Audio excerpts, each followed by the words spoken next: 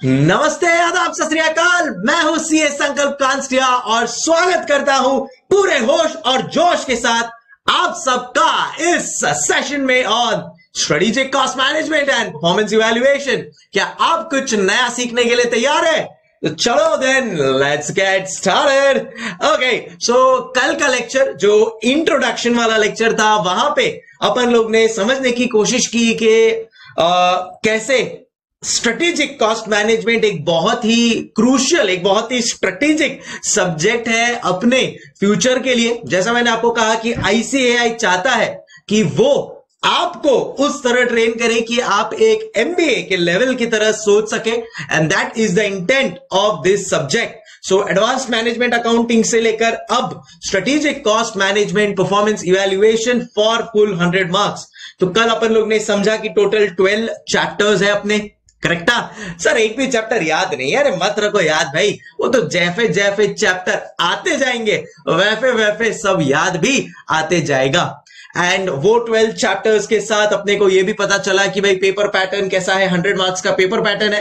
Question number 1 case study oriented आएगा, बाकी question number 2 to 6 में अपने को एनी 4 अटेम्प्ट करना है, and that would be it, right? So इसी के साथ फिर एक ओवरऑल आइडिया लिया अपन लोग ने चैप्टर वाइज ब्रेकअप का कि भाई हर चैप्टर कितना इंपॉर्टेंट है, एंड इसीलिए अपने को हर चैप्टर फुल फोकस के साथ 100 मार्क्स अटेम्प्ट करके ही आना है। एक बात मैं बता दूं कि आप किसी ओल्ड सिलेबस वाले स्टूडेंट को पूछोगे ना, तो वो आपको बोल सकता है ये कि यार पेपर छूट जाता था कॉस्टिंग का तो पेपर अटेम्प्ट ही नहीं होता है। But I can give it to you with guarantee कि एससीएमपी में ऐसा नहीं है। You will be able to attempt the paper with ease, and अगर अपना कॉन्सेप्ट क्लियर रहा, अपना राइटिंग प्रैक्टिस बहुत अच्छा रहा, देन इन दैट केस फिर पीछे मुड़ के देखने की जरूरत ही नहीं है। सब जुगड़ू। चलो, so on that note let us quickly ensure कि अपन राइट ट्रैक पर है। देखो, मैं एक चीज आपको हमेशा एवरी डे बेसिस पे कहने वाला हूं, पूछो क्या? वो है कि जितना मैं करवाऊं प्लीज एंश्योर घर पे जाके वो चीज, घर पे जाके या आप तो घर पे से ही देख रहे होगे, तो प्लीज एंश्योर दैट वो चीज आप रिवाइज कर रहे हो। देखो क्या होता है, स्टार्टिंग में ना सबको जोश रहता है, तो पब्लिक एकदम फुल फ्लेजेड होमवर्क भी करेगा और सब सम्स भी सॉल्व करेगा, बट फिर जैसे जैसे 10 15 20 लेक्चर हो गए, अब थोड़ा लेथार्जी आता है। It's a human behaviour. ऐसा नहीं बोल रहा हूं कि आप ही ऐसा करते हो, कहीं ना कहीं कभी मैं भी स्टूडेंट था, मेरे साथ भी यही होता था। कोई सब्जेक्ट स्टार्ट किया पूरे होश और जोश के साथ, और फिर बाद में धीरे धीरे धीरे लगता है अरे यार चलना अभी कुछ और करते हैं। तो प्लीज एंश्योर कि ऐफा आपके साथ ना हो, क्योंकि अगर ऐफा होता है देन इन दैट केस कहीं ना कहीं आप थोड़ा लैग बिहाइंड कर पाएंगे, जो मुझे नहीं चाहिए। बिकॉज मेरे को इस सब्जेक्ट में आपसे आठों सब्जेक्ट से मैक्सिमम मार्क्स चाहिए, and yes you can score really really big. तो डेफिनेटली अपने को उस हिसाब से ही मेहनत करते रहना है। See, it is all about consistency and discipline. चलो भाई, ज्ञान की बातें हुई पूरी, अब शुरू करते हैं। बैठे बैठे क्या करें, करना है कुछ काम, शुरू करें एससीएमपी लेके प्रभु का नाम। चलो भाई, स्टीव जॉब्स के एक कोट के साथ मैं स्टार्ट करता हूं। स्टीव जॉब्स नाम तो सुना होगा सेनोरिटा। एप्पल के जो फाउंडर थे, उनको उनकी कंपनी से निकाल दिया और फिर उन्होंने उनकी कंपनी को वापस से री एस्टैब्लिश किया, एंड आज की तारीख में, जी हां, वर्ल्ड की सबसे वैल्यूड कंपनी, सबसे ज्यादा cash rich company, more than 206 billion से भी ज्यादा valued, highest cash rich company in the world is Apple. Just imagine, Steve jobs who's no more, I think it's been more than 10 years of his death, and still क्या काम करके गए हैं वो। ऐसा काम कि आज भी 10 साल उनके देहांत के बाद भी the company is still the most valued company in the whole world.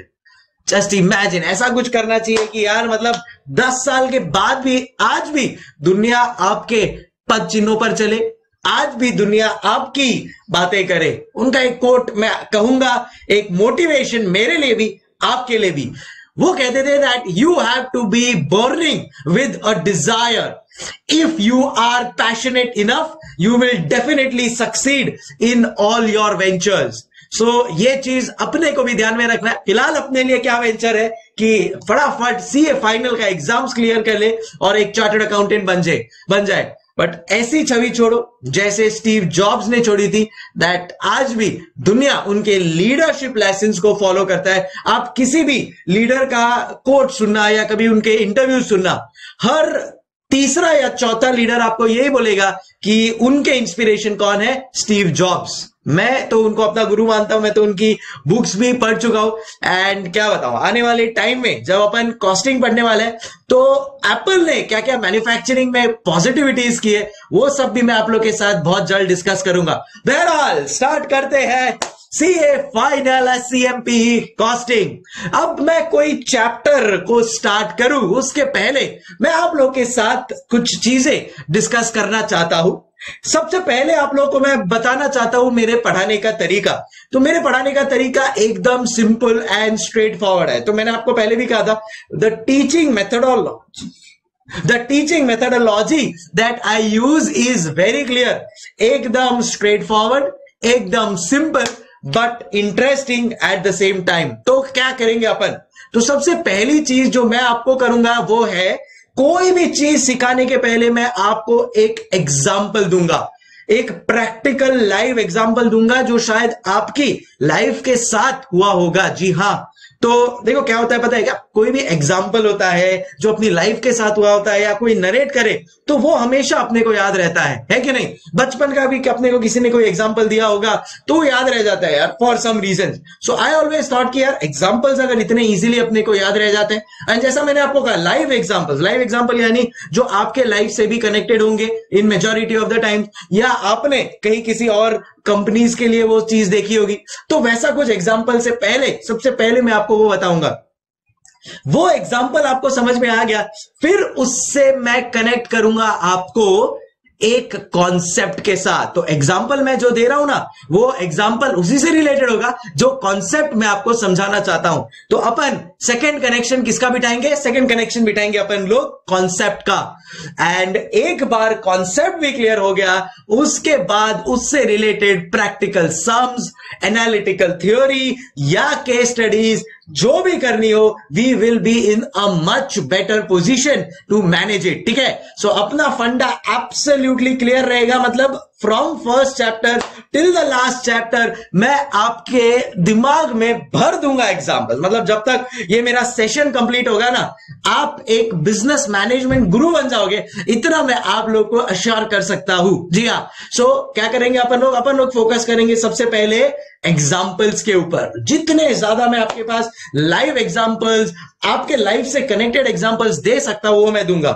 Second step में अपन क्या करेंगे, वो एग्जाम्पल को कनेक्ट करेंगे कॉन्सेप्ट के साथ। एंड थर्ड फेज में अपन लोग क्या करेंगे बच्ची, थर्ड फेज में अपन लोग वो एग्जाम्पल और कॉन्सेप्ट को मिला के प्रैक्टिकल सम सॉल्व करेंगे, एनालिटिकल थ्योरी करेंगे, at the same time case studies के सिनेरियोस को भी मैनेज कर पाएंगे।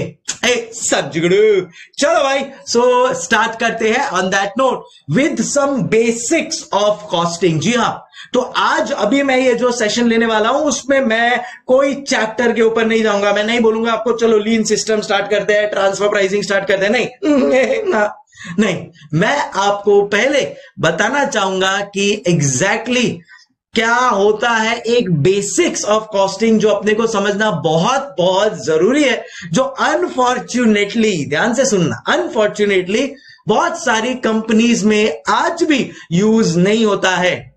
The theme of this concept is cost should be charged based on consumption. क्या रे वो बोला, cost should be charged based on consumption।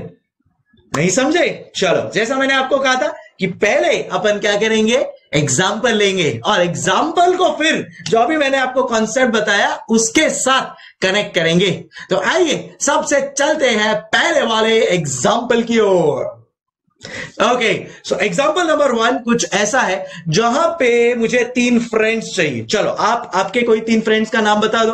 अरे बोलो, टेल, या अपनी बुक में लिख लेना, जो मैं एग्जाम्पल दे रहा हूं उससे कनेक्ट कर लेना। चलो मैं आपको बता देता हूं, मेरे 3 फ्रेंड्स या हम लोग ने जैसे साथ में स्टडीज की थी, तो मेरे 3 फ्रेंड्स का नाम मैं आपको बताता हूं। एक है विराट कोहली, नाम तो सुना होगा, और एक है महेंद्र सिंह धोनी। जी हाँ, हम 3 संकल्प, कोहली और धोनी, आपको पता है हम तीनों ने साथ में सीए की पढ़ाई की है। जी हाँ, अंदर का सीक्रेट बता दूं, धोनी और कोहली भी चार्टर्ड अकाउंटेंट है, एक किसी को बताना मत। तो बात कुछ ऐसी है कि एग्जाम्पल कुछ ऐसा है that there were 3 friends, Virat Kohli, Mahendra Singh Dhoni and CA Sankalp Kanstiya. तब तक तो सीए नहीं बना था जब का मैं एग्जाम्पल दे रहा हूं। तो ये लोग तीनों फ्रेंड्स थे। अब आप लोग के साथ भी ऐसा होता होगा कि आप लोग भी फ्रेंड्स होते हो, तो कई बार अपन साथ में ही पढ़ाई करते हैं, ठीक है। तो ये लोग तीनों ने, कौन तीनों ने, कोहली, धोनी और संकल्प, इन तीनों ने अपने सीए फाउंडेशन की स्टडीज पूरी साथ में की, और उसके बाद सीए इंटरमीडिएट भी साथ में पढ़े। आप पूछेंगे ऐसा क्यों? क्योंकि इन्होंने जब सीए फाउंडेशन की स्टडी साथ में की ना, आप मानोगे नहीं, तीनों के तीनों फर्स्ट अटेम्प्ट में क्लियर हो गए। तो उनको लगा कि यार ये तो अपन लोग साथ में पढ़ रहे हैं, एक दूसरे का नॉलेज शेयर हो रहा है, नोट शेयर हो रहा है, तो अच्छी बात है, प्लस इस बहाने पढ़ाई भी हो जा रही है, तो यार साथ में पढ़ना तो बनता है, तो अच्छी बात है। फाउंडेशन क्लियर हो गया एफए। फिर बाद में आया सीए इंटरमीडिएट। इन्होंने बोला कि चलो भाई let's continue the trend, CA intermediate भी साथ में पढ़ा, और yes you guessed it right, first attempt full CA intermediate तीनों का क्लियर हो गया, मान लाओ। तो फिर तीनों एकदम खुश। तीनों ने सोचा भाई साहब ये तो अपने को जादू की छड़ी मिल गई है, पढ़ाई तो करनी पड़ती है भाई। तुमको क्या लगता है बस 3 जन साथ में अपन लोग बैठेंगे तो चार्टर्ड अकाउंटेंट बन जाएंगे? नहीं, ऑब्वियसली पढ़ाई की थी, तीनों ने एक दूसरे को मोटिवेट किया, साथ में पढ़ाई की, and it actually worked up. And then फिर बाद में अब आ रहा है इनके सामने सीए फाइनल। जी हाँ, तो अब ये लोग तीनों सीए फाइनल में पहुंच गए, एंड इन तीनों का एग्जाम है नवंबर में। जी हाँ, तो अभी नवंबर में इन तीनों का एग्जाम आ रहा है, एंड नवंबर में अब अगर इनको एग्जाम देना है then in that case can I say 5 months पहले लीव लेना पड़ेगा।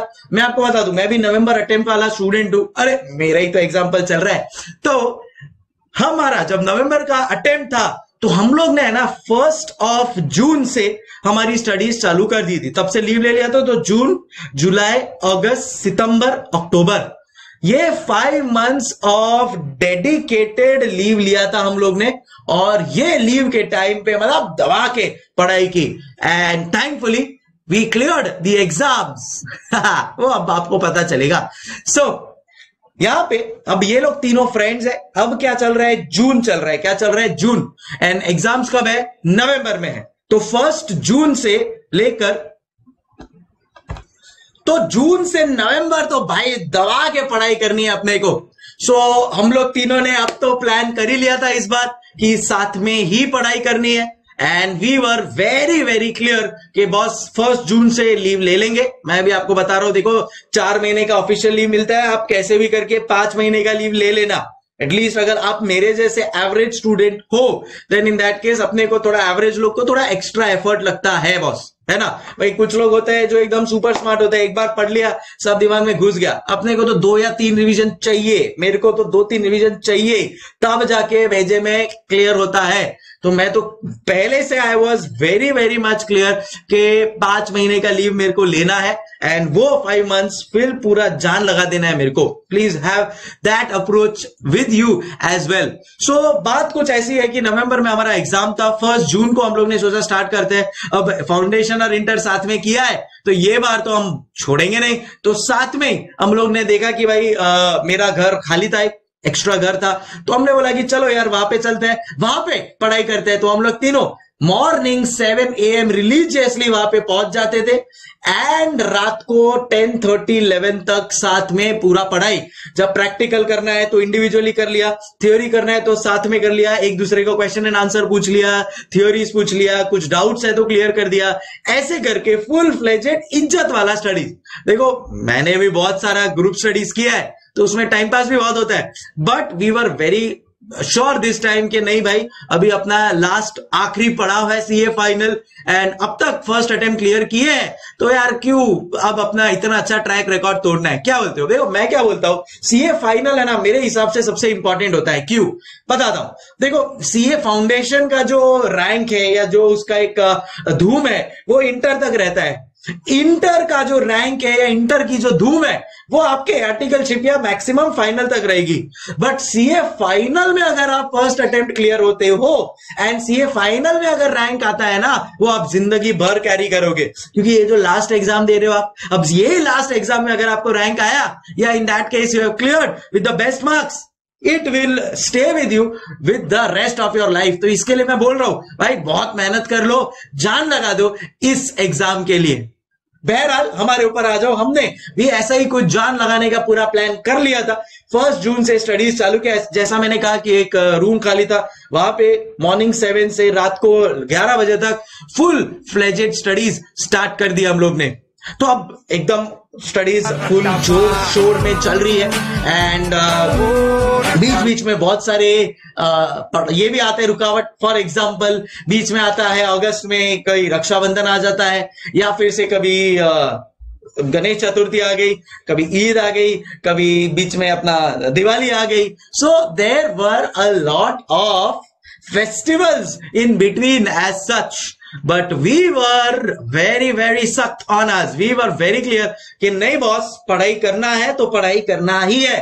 अगर ये 6 महीना पढ़ाई कर लिया और ये एक जो फेस्टिवल है ये एक सीजन नहीं एंजॉय किया, चलेगा, आने वाले 50 फेस्टिवल्स धूम मचा के एंजॉय करेंगे। क्या बोलता है पब्लिक? सो वो बहुत क्लियर थे हम लोग। सो कहीं भी ना बाहर गए हम लोग कोई फेस्टिवल में, मतलब हम लोग ने वो 5 महीने दिन का सूरज भी नहीं देखा हो, ऐसी हालत थी। बस मॉर्निंग में आओ, अपना स्टडीज फुल फोकस, पढ़ाई करो पढ़ाई करो पढ़ाई करो एंड 5 महीना बहुत सारे बीच में टेस्ट दिए, ये वो फुल, मतलब एकदम बोलते हैं ना कि जो बेस्ट दे सकते थे वो हमने दे दिया। ना कोई फेस्टिवल पे बाहर नहीं, बाहर का खाना भी नहीं खाया, जस्ट इमेजिन, कुछ भी नहीं। मतलब मानना पड़ेगा, क्यों बनता है ना यार, हमारा तो फर्स्ट अटेम्प्ट में सीए बनना है कि नहीं? क्या आप भी बनना चाहते हो तो क्या करोगे? समझ गए ना? शाबाश। अब आ जाओ एग्जाम्पल पे। ऐसा कुछ स्टोरी चल रहा था। अब एग्जाम हुआ नवंबर में एंड 21 नवंबर को हमारा एग्जाम कंप्लीट हो गया, ठीक है ना? सो कुछ बीच में आई थिंक दिवाली या उसका कुछ वेकेशन आ गया था, 2-3 दिन का छुट्टी आ गया था, तो 21 नवंबर तक हमारा एग्जाम चला एंड 21 नवंबर को फाइनली एग्जाम खत्म और हम लोग फ्री। अब because we were in the same area, तो हम लोग का सेंटर भी सेम ही आया था, तो हम लोग तीनों अब सेंटर से एग्जाम देने के बाद बाहर निकले। 8वां पेपर होता है इनडायरेक्ट टैक्सेस, इनडायरेक्ट टैक्सेस का पेपर दिया एंड बाहर निकलने के बाद फिर कोई डिस्कशन नहीं, कुछ नहीं। अब मैं आपको पूछना चाहता हूं, सपोज आप मेरी, विराट या धोनी के जगह पे हो, देन इन दैट केस अब आप क्या करोगे? देखो लास्ट 5 मंथ्स का मैं आपको स्केड्यूल मेरा बता चुका हूं कि जी जान तोड़ लगा के मेहनत करके पढ़ाई किया है। अब आप क्या करना चाहोगे? तो आपके दिमाग में सबसे पहला पॉइंट आएगा, सर मैं तो जाके सो जाऊंगा, सर सो जाऊंगा। पर मैं आपको एक बात बता दूं, एक फन फैक्ट बता दूं, कितना भी एग्जाम के बाद सोने का कोशिश करो आप नहीं सो पाओगे। पता नहीं क्यों है वो तो होता है ना आपके साथ, मेरे साथ तो ऐसा होता ही होता है। कितना भी मैं ट्राई करूं पास हो ही नहीं पाता। और यही जब मैं पढ़ाई कर रहा होता हूं तब तो मुझे दिन में 50 बार नींद आ जाती है। मतलब 1 घंटा भी अगर मैंने बुक खुली रख ली, फिर बाद में 61 मिनट पे ए भाई उठ जा भाई, हाँ ऐसी हालत हो जाती है यार। आपके साथ भी होता है ना ऐसा? मतलब लेजिट अगर मेरे को पढ़ाई करने के टाइम पे सूर्यवंशम जैसी मूवी भी दिखा दोगे ना, तो उसको भी मैं 50 बार देख लूंगा और एंजॉय करके देखूंगा। क्यों? पढ़ाई नहीं करनी है ना, तो इसके लिए कोई भी कुछ भी दिखाओ मैं खुश होके देख लूंगा। बट यही जब मेरे को अब एग्जाम खत्म हो गया, आप बोलो चल कोई भी सूर्यवंशम देख, मैंने चल कौन दे गया। सो अभी अंडरस्टैंडिंग तो ऐसा कुछ हो रहा था, अभी हम लोगों को लगा कि यार सोएगा, नहीं कौन जाके सोएगा यार। तो आप लोग जो सोच रहे हो कि सोएगा, नहीं, मन ही नहीं करेगा, जा रहे कुछ भी ट्राई कर। कुछ लोग के दिमाग में आएगा सर गोवा चलते हैं, यस व्हाट एन आइडिया। ये तुम लोगों को लग रहा होगा ना ये कॉस्टिंग का सब्जेक्ट चालू है, ये क्या करा रहा है, आएगा भाई कॉस्टिंग आएगा, टेंशन ना लो।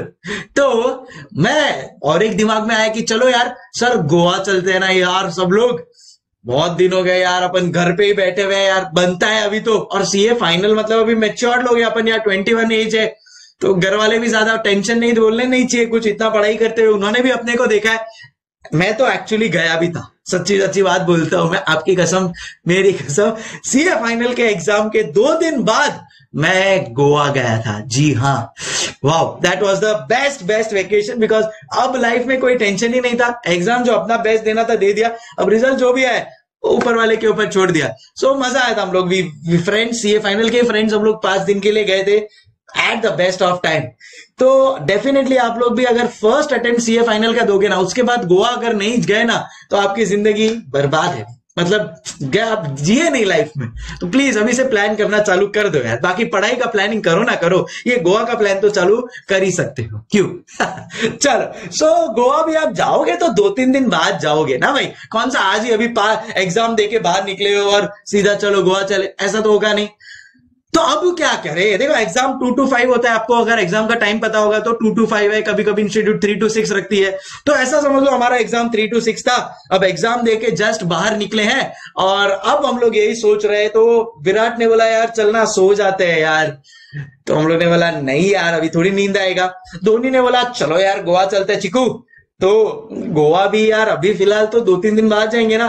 तो मैं बोला कि यार ऐसा करते हैं ना, अपन लोग तीनों कोई रेस्टोरेंट में खाना खाने को तो चले आज रात को, क्या बोलते हो पब्लिक? वैसे भी अपन लोग इतने महीनों से बाहर का खाना नहीं खाया, वो भी बॉम्बे में रहकर। मतलब एक मुंबई का स्टूडेंट का मैं आपको लाइव बता दूं बॉस, कि अपनी जिंदगी में ऐसा कोई भी दिन नहीं जाएगा जब अपन कुछ ना कुछ तो बाहर का ना खाए। भाई एक वड़ा पाव या कुछ तो चाहिए ही।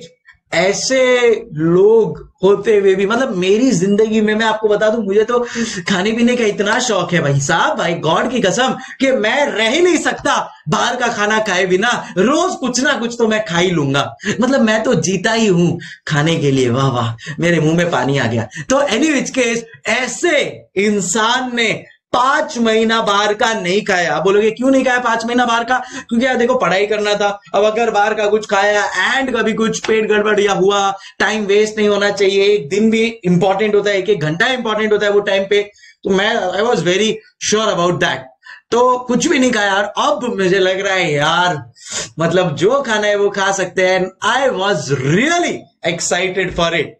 मैंने बोला कोहली और धोनी को, मैं बोला चलो ना यार भाई लोग खाना खाने को चलते हैं रेस्टोरेंट में। उन्होंने बोला यार अच्छा आइडिया है, ऐसा करते हैं घर पे चलते हैं, थोड़ा फ्रेश हो जाते हैं and then let's go to a restaurant. तो जर्नी कुछ हमारी यहाँ पे अब स्टार्ट हुई रेस्टोरेंट वाली। तो चले अपन, तो घर पे गए हम लोग, फटाफट एकदम तैयार हो गए, फ्रेश हो गए and now we were 8 PM and हम लोग आ गए अब यहाँ पे एक बहुत ही अच्छे रेस्टोरेंट में। बहुत ही अच्छे वाले तो नहीं, क्योंकि अभी अगर आप देखो तो यार थोड़ा हुलिया खराब था, मतलब शेविंग वेविंग करने का टाइम नहीं मिला और ना बाल भी एकदम बड़े हुए हैं, आई कैन अंडरस्टैंड।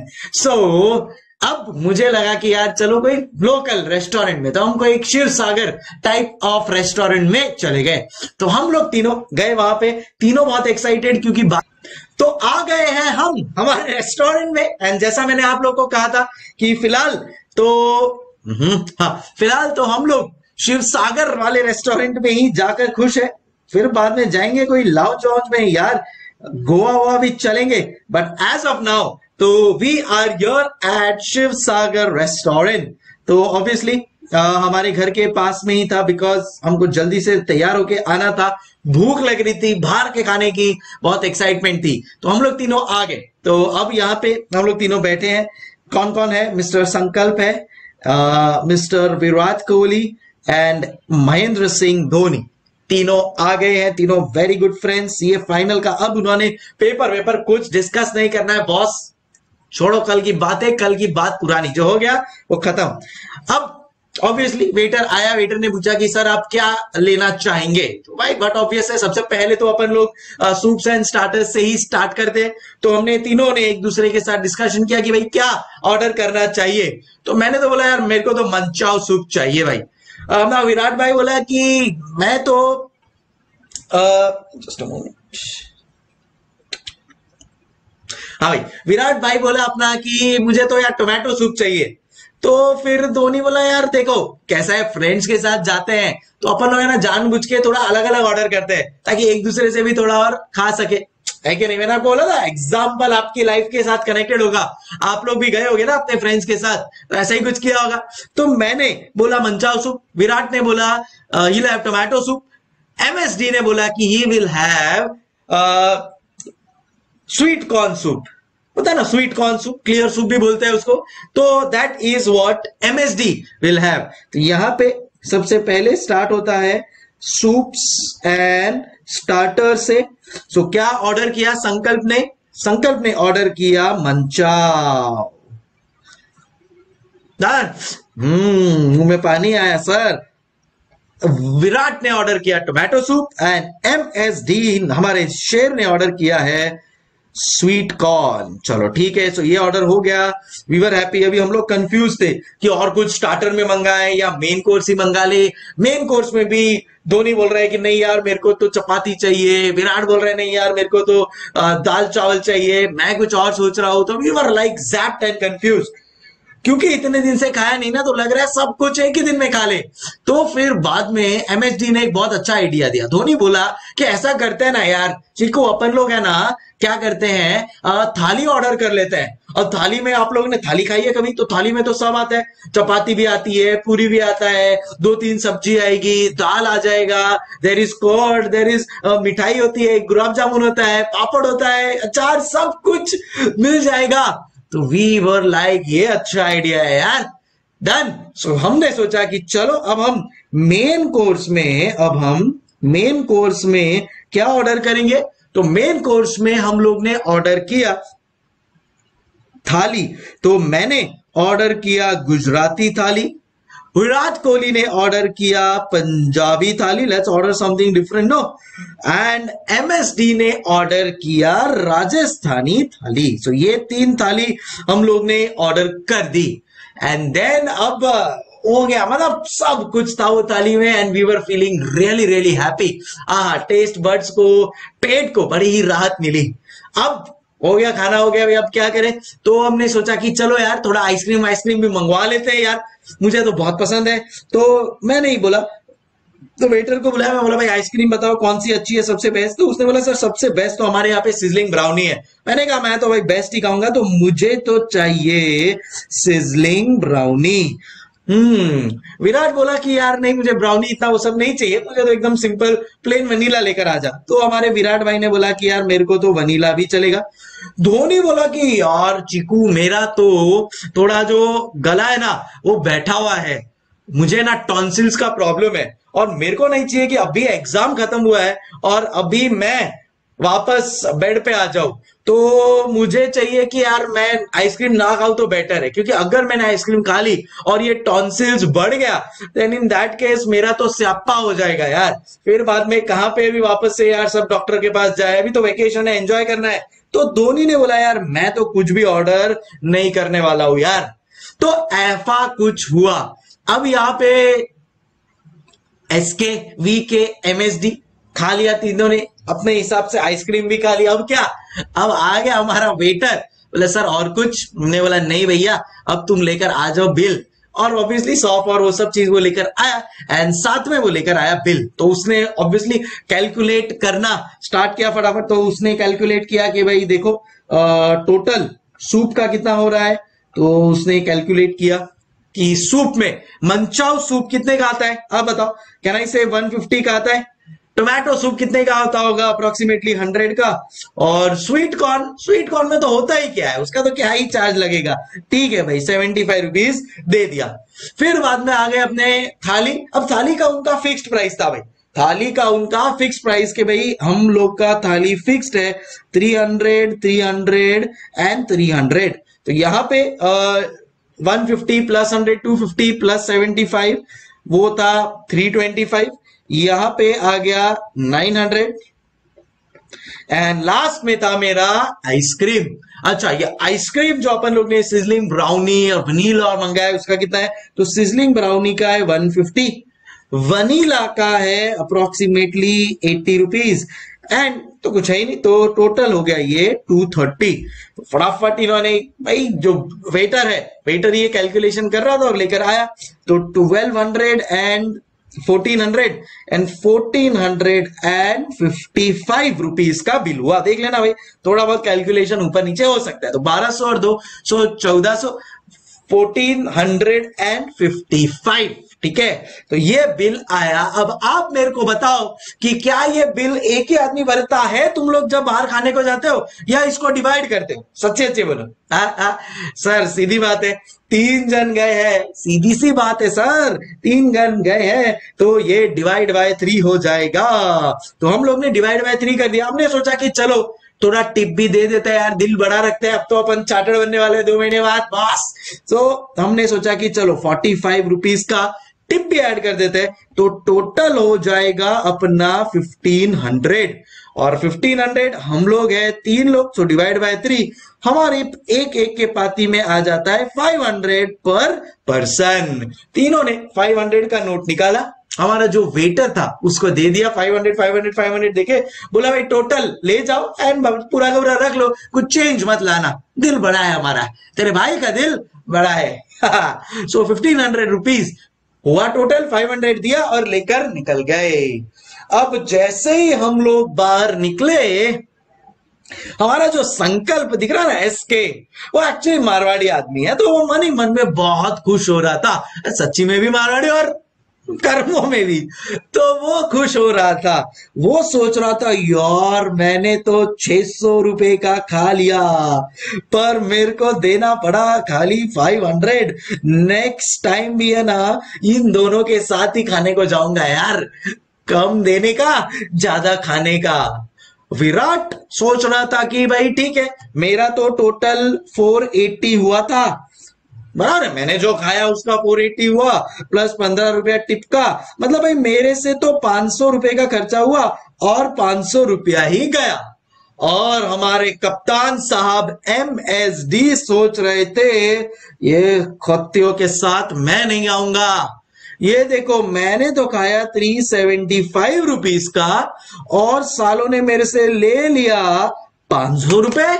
बहुत ना इंसाफी है। आप लोग के साथ भी ऐसा होता है ना, कभी कभी आप ऐसे कोई फ्रेंड के साथ चले जाओ, समझो आप धोनी वाले साइड पे, अभी ऐसे कोई फ्रेंड के साथ चले जाओ जो दबा के खाता है और आप एकदम थोड़ा बहुत खा रहे हो, बट साला जब डिवाइड हो जाता है बिल, तो बिल तो इक्वल हो गया, खाया आपने कम, खाया उसने डबल। अरे सर क्या आप भी चिंदीगिरी कर रहे हो फ्रेंड्स में? ऐसा चल चल होता है ना। अभी देखो आज की तारीख में जब अब मैं अपनी बात करूं तो हम लोग अब बड़े हो गए हैं, फ्रेंड्स लोग मिलते ही नहीं है, तो मतलब आज की तारीख में पैसा है पर मजे करने का टाइम नहीं है।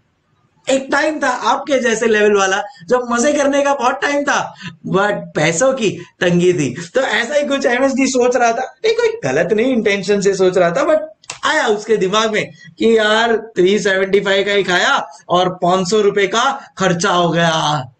वही संकल्प बाहर निकल के बहुत ही खुश है, इसको लग रहा है कि वाह आज तो उसने एक जंग जीत ली, 600 रुपए का खा लिया और खाली 500 रुपए पे करने पड़े। कैसा लग रहा है? So that is how the whole thing happened. अब यहां पे आपको कोई, मैं इधर होटल मैनेजमेंट का लेक्चर नहीं ले रहा हूं भाई कि तुम्हारे को सूप पिलाऊं, मेन कोर्स थाली खिलाओ, अब आ जाओ कॉस्टिंग के ऊपर, समझे क्या? तो क्या बोल रहा है, अब कहानी को ध्यान से सुनो। धोनी को लग रहा है कि यार मैंने खर्चा तो किया 375 का, बट मेरे लिए एक्सपेंस हो गया 500 का, है कि नहीं? देखो यहां पे ध्यान से देखो, संकल्प सोच रहा है मैंने तो खाया खाली 600 का, पे करना पड़ा खाली 500, टिंग टिंग टिंग, है कि नहीं? विराट कोहली इज इंडिफरेंट, उसको लग रहा है 500 का खाया 500 का दिया, है कि नहीं? सो अब ऐसा कुछ अगर अपने साथ हो रहा है, अपन फ्रेंड्स के साथ गए तो चलता है सर थोड़ा बहुत ऊपर नीचे। आज धोनी को टॉन्सिल हुआ है, धोनी सोच रहा है कल उठ के संकल्प को भी टॉन्सिल तो होगा, तब लेके जाऊंगा मैं उसको आइसक्रीम खिलाने का और हिसाब बराबर कर लूंगा। जी हाँ, एनी केस पॉइंट इज, क्या कॉस्ट सही तरीके से बटा है क्या यहाँ पे? यही गलती जो शायद फ्रेंड्स के साथ हुई है, और ठीक है निकल सकते हैं, कोई प्रॉब्लम नहीं है, अंदर अंदर चलता है, बट यही गलती अपन लोग अपने बिजनेसेस में करते हैं। जी हाँ, अपन क्या करते हैं, अपन को लगता है कि भाई टोटल 1500 रुपीज का खर्चा हुआ है, टोटल नंबर ऑफ यूनिट्स है 3, चलो 500 500 500 बांट दो तीनों में, पर ये गलत है। Cost should be charge based on consumption. अरे ओ संकल्प, तूने कितने का खाया है रे? अरे सर मैंने तो खाया है 500-600 रुपए का, तो तू 600 रुपए का पे करेगा। Cost should be charge based on consumption. 500 रुपए दिए तूने, 600 रुपए का खाया है, मतलब कहना इसे तेरे केस में अंडर कॉस्टिंग हो गया है, मतलब कहना इससे तेरे केस में अंडर कॉस्टिंग हो गया है। विराट कोहली के केस में एकदम एप्ट कॉस्टिंग हुआ है, बट यही धोनी के केस में उसने खाया 375 का और उसको पे करना पड़ा 600 रुपया, 500 रुपया। सो कहना इसे धोनी के केस में ओवर कॉस्टिंग हो गया है। तो अनफॉर्चुनेटली अपना कॉस्टिंग मेथोडोलॉजी ऐसा है कि it always results in incorrect costing. जो प्रोडक्ट एप्ट कॉस्ट होने चाहिए थे तीनों हो सकते थे, बट हुआ क्या, एक ओवर कॉस्टिंग हो गया, एक अंडर कॉस्टिंग हो गया, and so on and so fourth. अब देखो फ्रेंड्स लोग हैं तो थोड़ा बहुत 19-20 जैसा मैंने कहा चलता है। सर क्या फ्रेंड्स लोग के सामने झगड़ा करवा रहे हो और जिंदगी कर रहे हो? देखो बात वो नहीं है, बात ऐसी है कि क्या ये सही तरीका है क्या? The answer is N O, no. तो क्या सही तरीका होगा?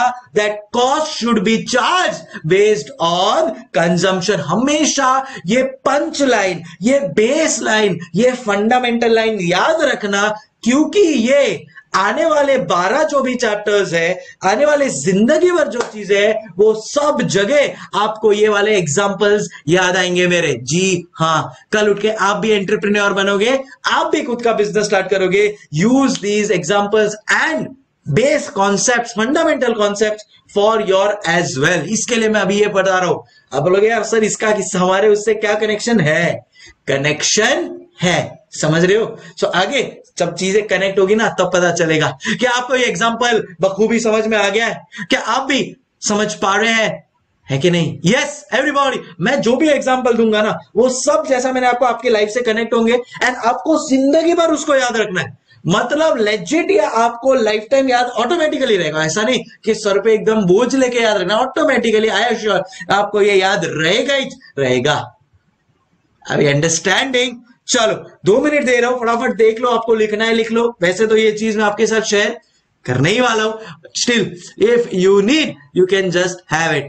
समझगड़ू? चलो, सो ऑन दैट नोट अपन को समझ में आ गया, फ्रेंडशिप लेवल पे ही सही फिलहाल तो क्या, cost should be charge based on consumption. तुम्हारे जहन में दिमाग में घुसा दूंगा, जो कॉन्सेप्ट मेरे को पढ़ाना है इतने एग्जाम्पल दूंगा, छोड़ूंगा नहीं, समझे? अब चल रहे अपन लोग एग्जांपल नंबर 2 पे, बहुत जल्द वहां पे भी यही कॉन्सेप्ट को समझेंगे, बट अब बिजनेस को इंट्रोड्यूस करना पड़ेगा। अब तक आपको लग रहा है ये तो फ्रेंड्स का ऐसा चलता है, थोड़ा ऊपर नीचे, ऐसा मत करो, ठीक है मान लिया। अब चलते हैं बिजनेस पे, और मैं आपको प्रूव करके बताता हूं बिजनेसेस भी इसको रॉन्ग यूज कर रहे हैं एंड कैसे इसको सही किया जा सकता है।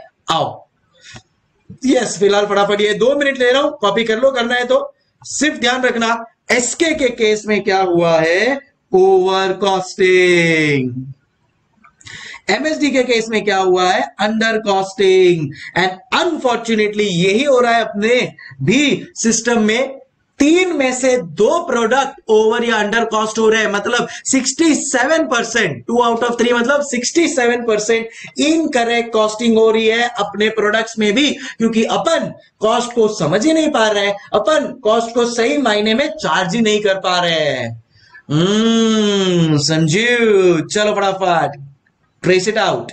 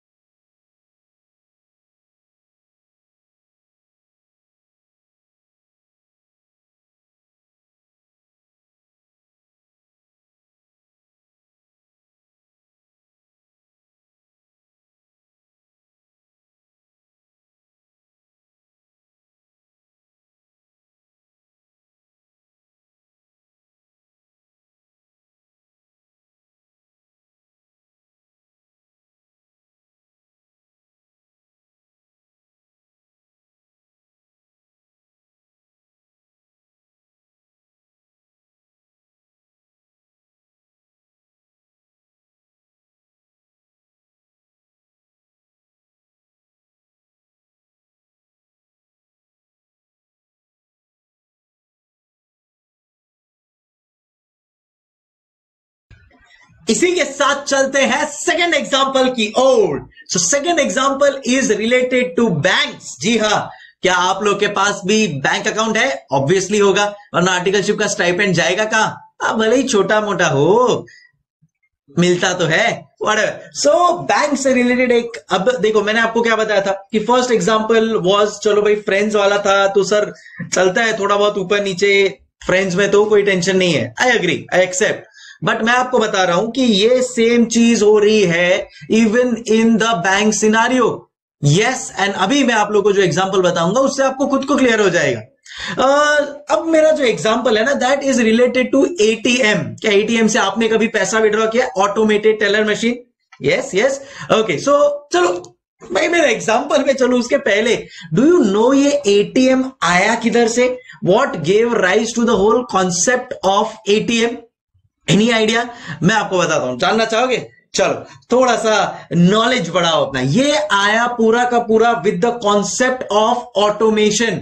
जब आप कोई मल्टीनेशनल कंपनी में काम करोगे ना, जैसे मैंने जेपी मॉर्गन में काम किया था, तो हमारे को एक चीज एकदम क्लियरली सिखाई गई है। उन्होंने बोला था कि कोई भी काम जो मैन्युअली हो रहा हो, अगर उसको तुम ऑटोमेट कर सकते हो तो try to find out ways कि आप कैसे उसको ऑटोमेट कर सकते हो। ऑटोमेट का मतलब use machines to automatically do the calculations. तो इनका दिमाग, ये जो मल्टीनेशनल कंपनीज वाले हैं ना, इनका दिमाग एक ही चीज पे एकदम तो तेज भागता है, एंड वो है कि कैसे ऑटोमेट करे, कैसे ह्यूमन जहां पे भी है वहां पे ह्यूमन बिहेवियर कोई हटा देवे। एंड दैट इज वेयर उन्होंने, अब मानोगे नहीं, उन्होंने बैंक में ऐसा चीज डेवलप किया है जहां पे उनके कोई लोग है ही नहीं। There is personless banks developed outside India. Yes, that is true. उनका क्या मानना है? उनका सोचना है कि यार अगर हम बैंक रखेंगे, बैंक के लिए रेंट पे करना पड़ेगा, तो रेंटल कॉस्ट अपन लोग पे करें, फिर बाद में उधर लोग आएंगे। उससे अच्छा क्यों ना ऐसा कुछ बैंक सेटअप करे कि किसी को आने की जरूरत ही नहीं है, सब कुछ ऑनलाइन हो जाए। भाई आज की तारीख में तो net banking and everything is there online. In fact अब तो कोविड के बाद द सिचुएशन इज सच के आपको कहीं पे जाने की जरूरत ही नहीं है। मतलब ये जो केवाईसीज होते थे, ये केवाईसीज अभी सीधा ऑनलाइन हो जाएंगे। मतलब अपना आधार का फोटो क्लिक करो, भेज दो, अपने पैन कार्ड का फोटो क्लिक करो, भेज दो, दे विल वेरीफाई उसका। वो लोग अपने पास एक डॉक्यूमेंटेशन रख लेंगे, हो गया काम, हो गया, केवाईसी डन, जाने की जरूरत ही नहीं है। So everything now is automated. अब उसकी वजह से rental cost was the biggest saving, क्योंकि अब तो रेंट देने की जरूरत ही नहीं है, क्योंकि अब मेरा जो इतना बड़ा जगह था हो गया, बच गया। Huge amount of dollar savings that they have done with this, plus उसकी वजह से जो उनको लोग रखने पड़ते थे, अब उसकी भी जरूरत नहीं है, बिकॉज अब वो भी नहीं है। अभी understanding guys? So this is how it works, and इसकी वजह से ही उनको लगा कि यार अब जो हमारा प्रोसेस है बैंक्स का, क्यों ना इसमें भी कुछ एक नयापन लाया जाए। And that is where ATM was born. मैं आपको एक मेरे लाइफ का एक वाकया बताता हूं जहां पे मुझे लगा कि वाह क्या ऑटोमेशन है। So I was traveling in Australia. So I was traveling from Brisbane to Melbourne. तो मैं ब्रिस्बेन से मेलबर्न जा रहा था, तो मेरी फ्लाइट थी। तो मैंने वहां पे देखा, जैसे मैं ब्रिस्बेन के एयरपोर्ट में गया, कोई लोग ही नहीं है असिस्ट करने के लिए कुछ भी। खुद से अपना जो भी बोर्डिंग पास का नंबर है टाइप करो, ऑटोमेटिकली आएगा। खुद ही अपना लगेज रखो, ऑटोमेटिकली कुछ वो स्लिप जनरेट होगी, बैग के ऊपर चिपकाओ, बैग चले जाएगा। फिर you have to go to that line, flight पे बैठो, हो गया, फ्लाइट पहुंच गए। फिर मेलबर्न में उतरा, अगेन एवरीथिंग वाज ऑटोमेटेड। पूरे के पूरे प्रोसेस में मैं ब्रिस्बेन एयरपोर्ट एंटर किया, तब से मेलबर्न एयरपोर्ट एग्जिट किया, मैंने कोई इंसान के साथ कोऑर्डिनेशन नहीं किया, ना बात की, ना किसी की जरूरत लगी। I was shocked, I was like वाह क्या बात है। और ऐसा नहीं कि मैं अभी गया, हो गया मेरे को काफी थोड़ा टाइम भी हो गया उधर गए हुए। सो आज से 5 साल पहले की बात आप समझ लो मैं बात कर रहा हूं। I was like wow amazing. So ये होता है ऑटोमेशन। जेपी मॉर्गन में जब आया तो कितनी सारी चीजें मैंने ऐसी देखी जो पहले मैं मैन्युअली करता था। अब मुझे लगा वाह यार, ऑटोमेशन भी कर सकते हैं, ऑटोमेट भी कर सकते हैं। मतलब ये वर्ड अब मेरे दिमाग में, दिलो दिमाग में बस गया। एंड मैं भी कोई काम करता हूं ना, मैं हमेशा ये सोचता हूं कि कैसे इसको एक ऑटोमेटेड वे में किया जाए, so that human intervention come and things will go even more smoother and better. Obviously जहां पे ह्यूमन इंटरवेंशन चाहिए वहां पे रखेंगे एंड वहां पे होना भी चाहिए, but not at every place. And therefore this is what give rise to the whole concept of ATM.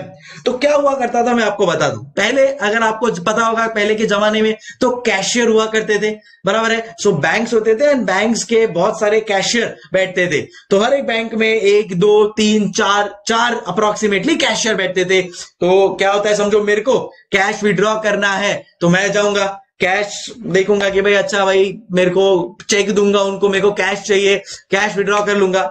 समझो मेरे को 10,000 रुपया कैश चाहिए, गया मैं कैशियर के पास, कैश विड्रॉ कर लिया। This is how your parents have dealt with. तो आपके जो पेरेंट्स थे उन्होंने यही किया था। गए, वो लोग को अगर पैसा चाहिए तो बैंक में जाओ, लाइन में खड़े रहो, कैश विड्रॉ कर लो, फिर बाद में आओ। Are you understanding guys? तो अब ये चीज चल रही थी, ये चीज अमेरिका में भी, यूरोप, सब जगह चल रही थी। बट उनको कहीं ना कहीं लगा कि यार ये सिस्टम तो थोड़ा ऑटोमेट करना चाहिए। कैश देने के लिए खाली कैशियर हो, बात कुछ समझ में नहीं आया। And this gave rise to the automation thing, जहां पे उन्होंने एटीएम डेवलप किया। समझे? अब उसका फायदा क्या है एंड कैसे ये इनको थॉट प्रोसेस आया, अभी ध्यान से सुनना। तो मैं अभी कॉन्टेक्स्ट में लेता हूं 3 फॉरेन की बैंक्स को लेता हूं मैं। एक सिटी बैंक, नाम तो सुना होगा, एक डॉइश बैंक लेते हैं अपन लोग, और एक बैंक ऑफ अमेरिका लेते हैं, ठीक है ना। तो 3 बैंक है, एक जेपी मॉर्गन, सॉरी, एक सिटी बैंक, एक डॉइश बैंक और एक बैंक ऑफ अमेरिका, ठीक है। तो ये 3 बैंक है हमारे पास, Citi, Deutsche, bank of America. अब सिटी बैंक का टाइमिंग है, सिटी बैंक का टाइमिंग है morning 9:30 AM to evening 3 PM। ये बैंक का टाइमिंग, और ये यूजुअली बैंक का टाइमिंग यही होता है। तो अब आप समझो आप चार्टर्ड अकाउंटेंट हो, ठीक है। अब आप चार्टर्ड अकाउंटेंट हो तो आपके ऑफिस का टाइमिंग क्या होता है? सर हमारे ऑफिस का टाइमिंग होता है morning 9:30 AM to evening 6:30 PM। तो अगर आपका टाइम और बैंक का टाइम ऑलमोस्ट सेम है, देन इन दैट केस आप मुझे बताओ आप बैंक जाओगे कैसे? अगर आपको बैंक जाना है देन इन दैट केस आपको हाफ डे लेना पड़ेगा। मतलब बैंक जाने के लिए मैं मेरा हाफ डे का सैलरी कट करवाऊं? ऐसा सिचुएशन होने लगा। फिर बाद में आइडिया आया सिटी बैंक को। सिटी बैंक ने सोचा ऐसा, तो उसने क्या किया, सिटी बैंक ने बोला कि क्यों ना मैं टाइमिंग 9 to 9 कर दूं, क्यों ना मैं टाइमिंग 9 to 9 कर दूं। तो सिटी बैंक ने टाइमिंग किया 9 to 9। तो अब यहां पे एक बहुत ही बड़ा पॉजिटिविटी आ गया। उनको लगा कि चलो भाई अब हमारे कस्टमर्स बढ़ जाएंगे, क्योंकि मैं जो चार्टर्ड अकाउंटेंट हूं, अब मुझे लगता है यार सिटी बैंक अच्छा है। पहले बाकी सब जो बैंक है वो 3 बजे बंद हो जाते हैं, सिटी बैंक 9 बजे बंद होता है। तो मैं ऑफिस से आऊंगा 6:30, 7:30, 8 बजे तक, तो भी मैं बैंक जाके मुझे विड्रॉ करना है, मैं पैसा विड्रॉ कर सकता हूं। बट ये करने के चक्कर में सिटी बैंक का कॉस्ट बढ़ गया। अब इन्हीं को देखकर डॉइश बैंक को भी ये चीज करना पड़ा, बैंक ऑफ अमेरिका को भी ये चीज करना पड़ा। तो बैंक ऑफ अमेरिका ने सोचा कि मैं 9 AM टू 9 PM रखूं, क्यों ना उससे बेटर मैं 24 आवर बैंकिंग कर दूं। जी हाँ, मतलब 9 AM टू 9 AM 3 शिफ्ट में मेरे वो कैशियर्स काम करेंगे। 8 घंटा 8 घंटा 8 घंटा 24 घंटा चालू रहेगा। क्यों? क्योंकि समझो भाई, चलो मेरे को जब एवरीडे बेसिस पे चाहिए तो 9 PM के पहले मैं ऑफिस से घर पहुंच जाऊंगा एंड मैं विड्रॉ कर लूंगा बैंक जाके। बट अगर समझो कुछ एकदम इमरजेंसी आ गया, रात के 1 बजे 2 बजे मुझे पैसा चाहिए, कैश चाहिए, गॉड फॉरबिड कोई मेडिकल इमरजेंसी हो गई और मेरे को हॉस्पिटल को पैसा देना है, तो मैं क्या करूंगा?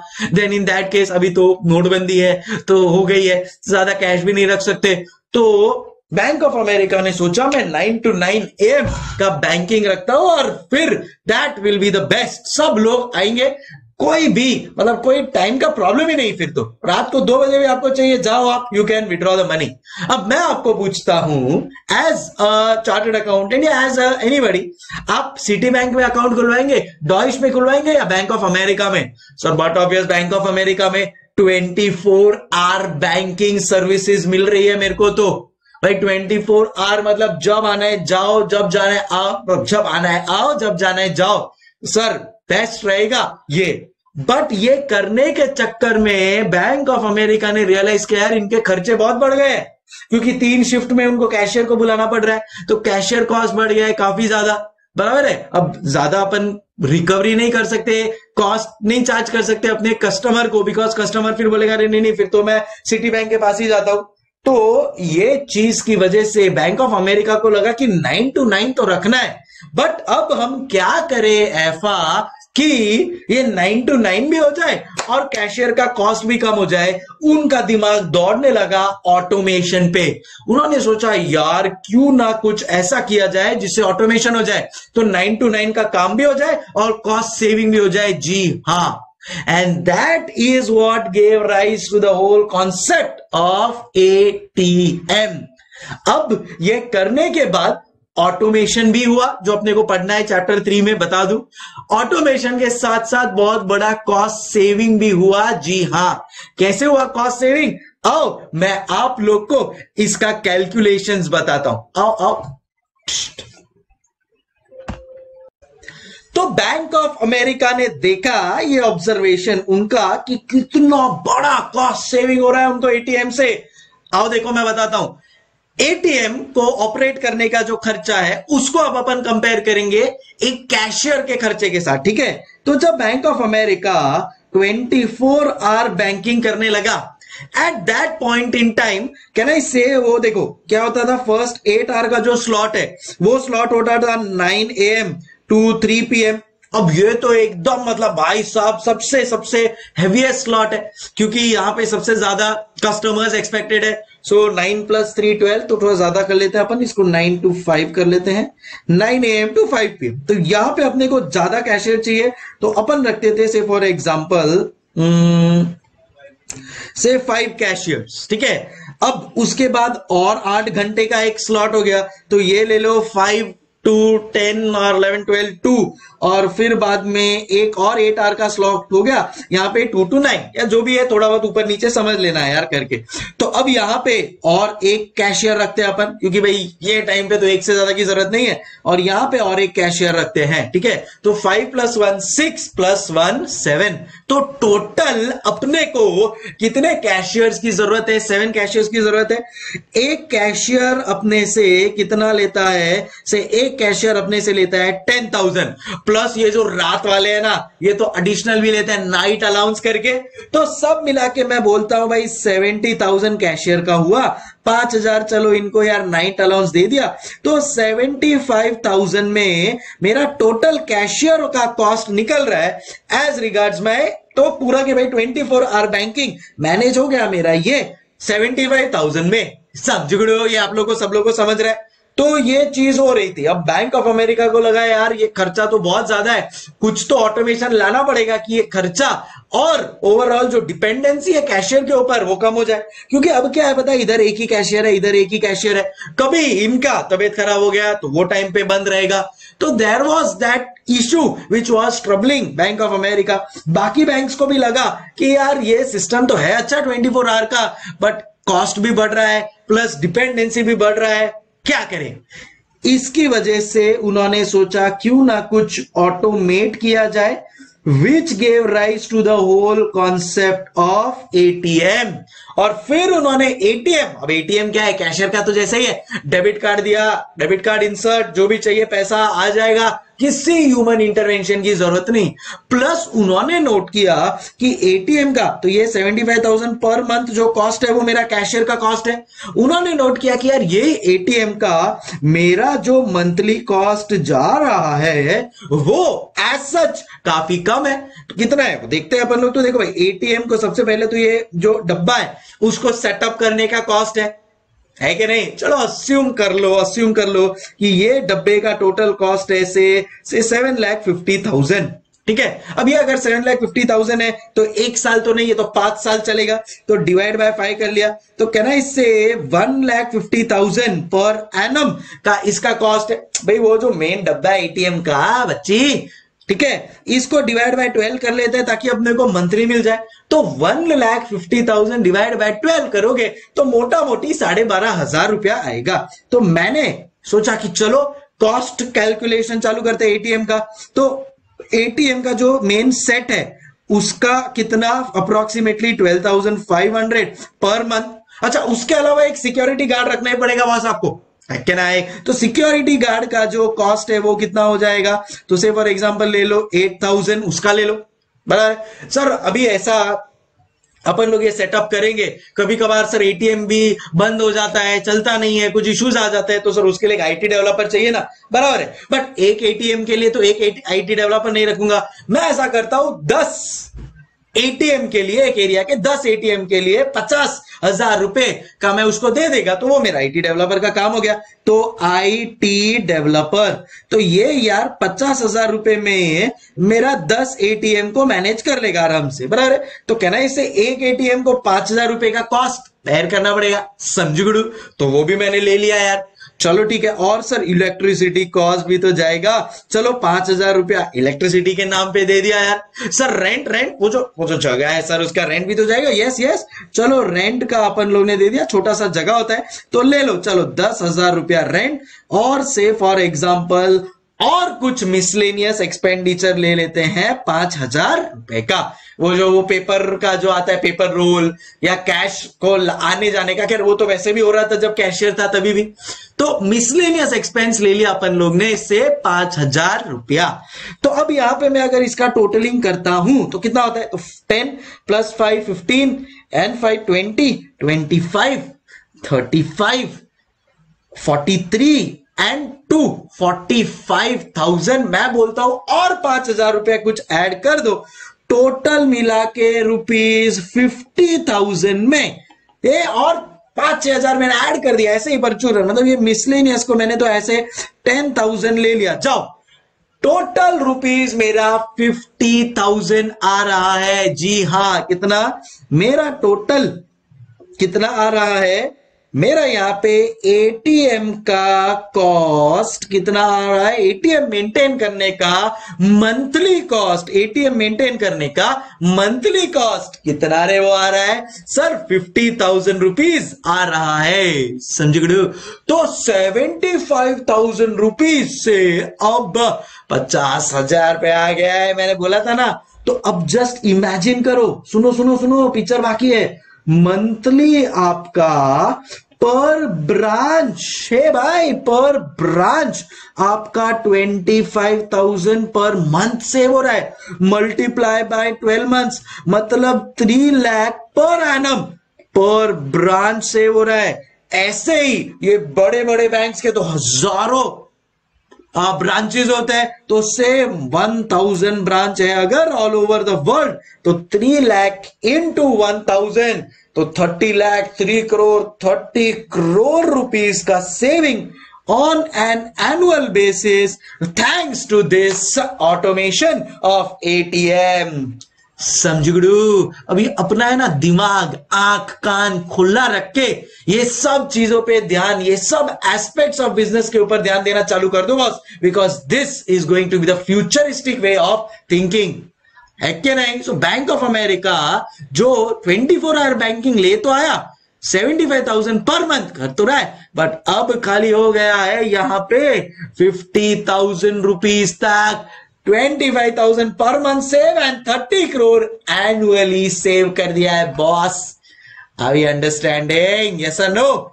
चलो आओ अब कहानी को आगे बढ़ाते हैं। सो ऐसा, this is how ATM was born। Automation, cost saving, ये है strategic cost management, futuristic thinking के कॉस्ट भी सेव कर लिया, लॉन्ग टर्म में फायदा भी हो गया, और आज की तारीख में पूरा वर्ल्ड इसी सिस्टम पे चलता है। समझ गए। चलो लिखना है आपको, 1 मिनट दे रहा हूं, चलो फटाफट लिख लाए, लिख लो, ये भी लिखा तो ठीक है, परवाह नहीं। बट अब आ रहे अपन लोग अपने मेन एग्जाम्पल के ऊपर। चलो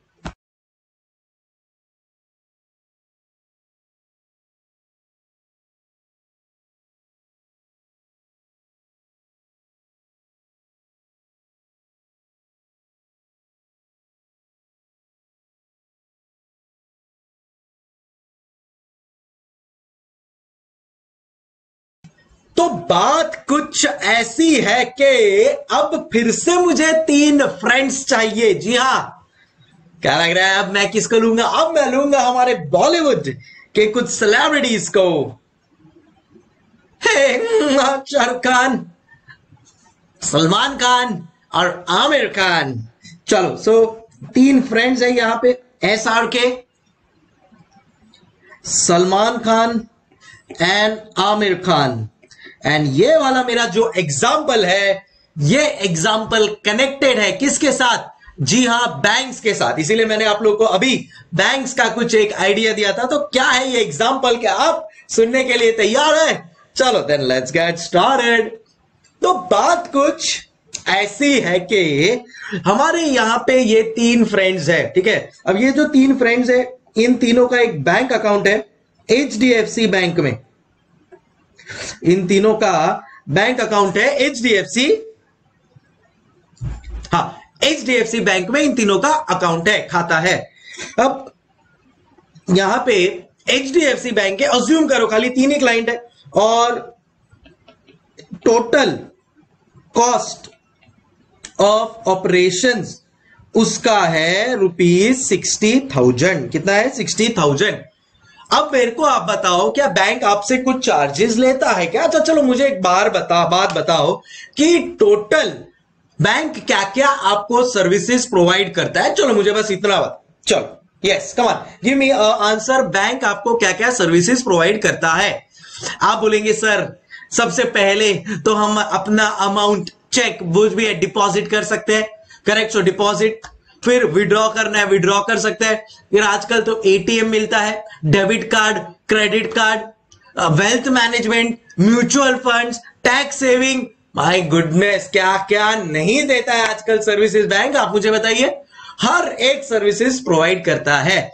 फिलहाल अपना जो इंटेंशन और फोकस है ना, वो फोकस है बैंक की ATM सर्विसेज के ऊपर।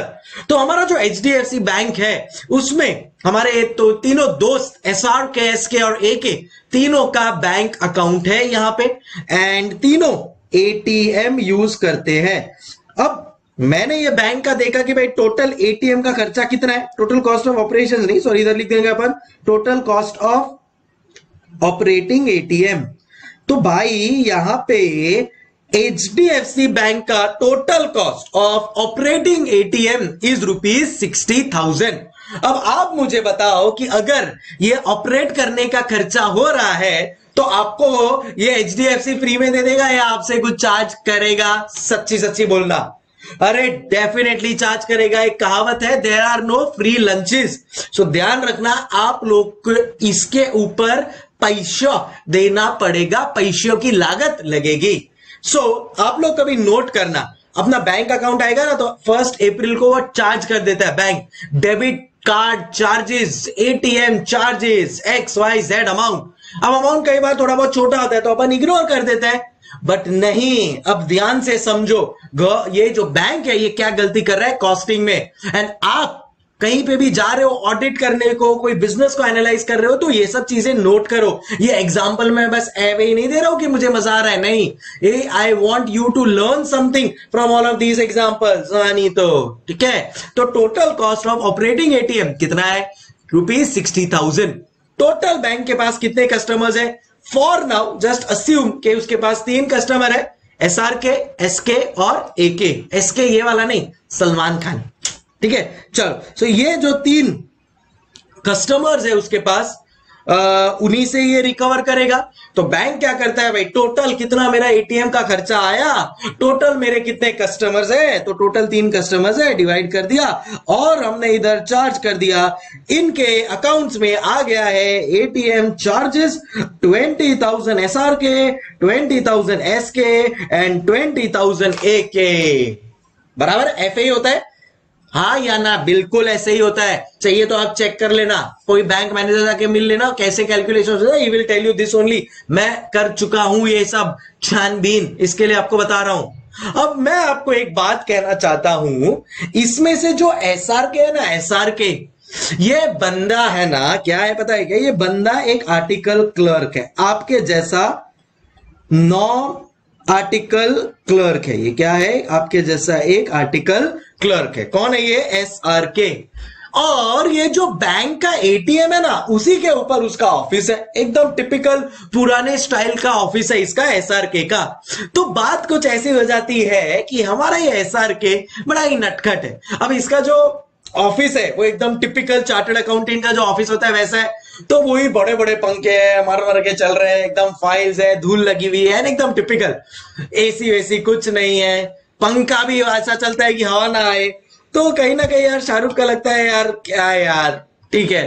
तो शाहरुख का पता है उसको कि भाई नीचे ही एटीएम है और नीचे ही उसका बैंक अकाउंट भी है। तो शाहरुख नीचे जाता है रोज लंच के बाद, एटीएम के बहाने वो एसी, चिल्ड एसी वाले एटीएम में चले जाता है। यार अपन सब लोग ने नोट किया है कि पता नहीं क्या है इनके, बट एटीएम में तो ऐसा चिल होता है ना जैसे कि पता नहीं स्विट्जरलैंड बना दिया है उस छोटे से जगह को। तो अच्छा okay, bad joke, no problem, माफ कर दो। सो बात कुछ ऐसी है कि यहां पे एसआरके जो मेरा आर्टिकल क्लर्क है वो जाता है लंच के बाद, चले जाता है रोज और मस्त एकदम चिल मारता है उधर अपने एनवायरनमेंट में। उधर थोड़ा देर बैठा रहता है, कुछ ना कुछ टाइम पास करते रहता है, देखेगा कि हाँ भाई मेरा कितना ट्रांजैक्शन हुआ है, कुछ ना कुछ करते रहेगा। तो ये भाई साहब तो वो एसी वसूल करने के लिए पूरे के पूरे साल में 365 दिन बस यही काम है इसको। तो रोज ऑफिस जाएगा और ऑफिस में मजे कर, मतलब काम करे ना करे, एटीएम में जरूर चले जाएगा। ओके ठीक है। और हमारा जो ये सलमान खान है, ये टिपिकल चार्टर्ड अकाउंटेंट है जो रोज अपनी लाइफ जी रहा है। सो यहां पे जो हमारा सलमान खान है उसके लिए मैं आपको कुछ इंफॉर्मेशन दे देता हूं, जस्ट अ मोमेंट।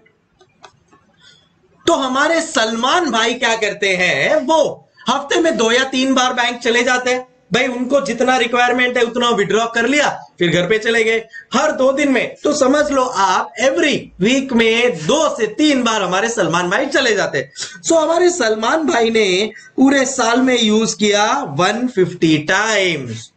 और हमारे जो आमिर खान है, ये तो एक चार्टर्ड अकाउंटेंट प्लस सीएफए है। और आप मानोगे नहीं, इनको 2 साल पहले यूनाइटेड स्टेट्स ऑफ अमेरिका से कॉल आया और बोला कि एक प्रोजेक्ट मैनेजर की हमको जरूरत है 5 साल के लिए, आप आओगे क्या? आमिर खान ने बोला yes yes definitely I will come. Obviously उनका भी आर्टिकलशिप टाइम पे उन्होंने ये क्या नहीं रही, जो इसका बैंक अकाउंट है वो खुलवा के रखा था, तो वो खुलवा के चले गए उधर यूएसए में। तो यूएसए में वो बैठे हैं, आराम से मजे कर रहे हैं, और आए भी नहीं है इंडिया में 2 साल से, क्योंकि बहुत काम है उनको, प्रोजेक्ट कंप्लीट करना है। सो ये आमिर खान ने तो पूरा का पूरा एटीएम 0 टाइम यूज किया रे।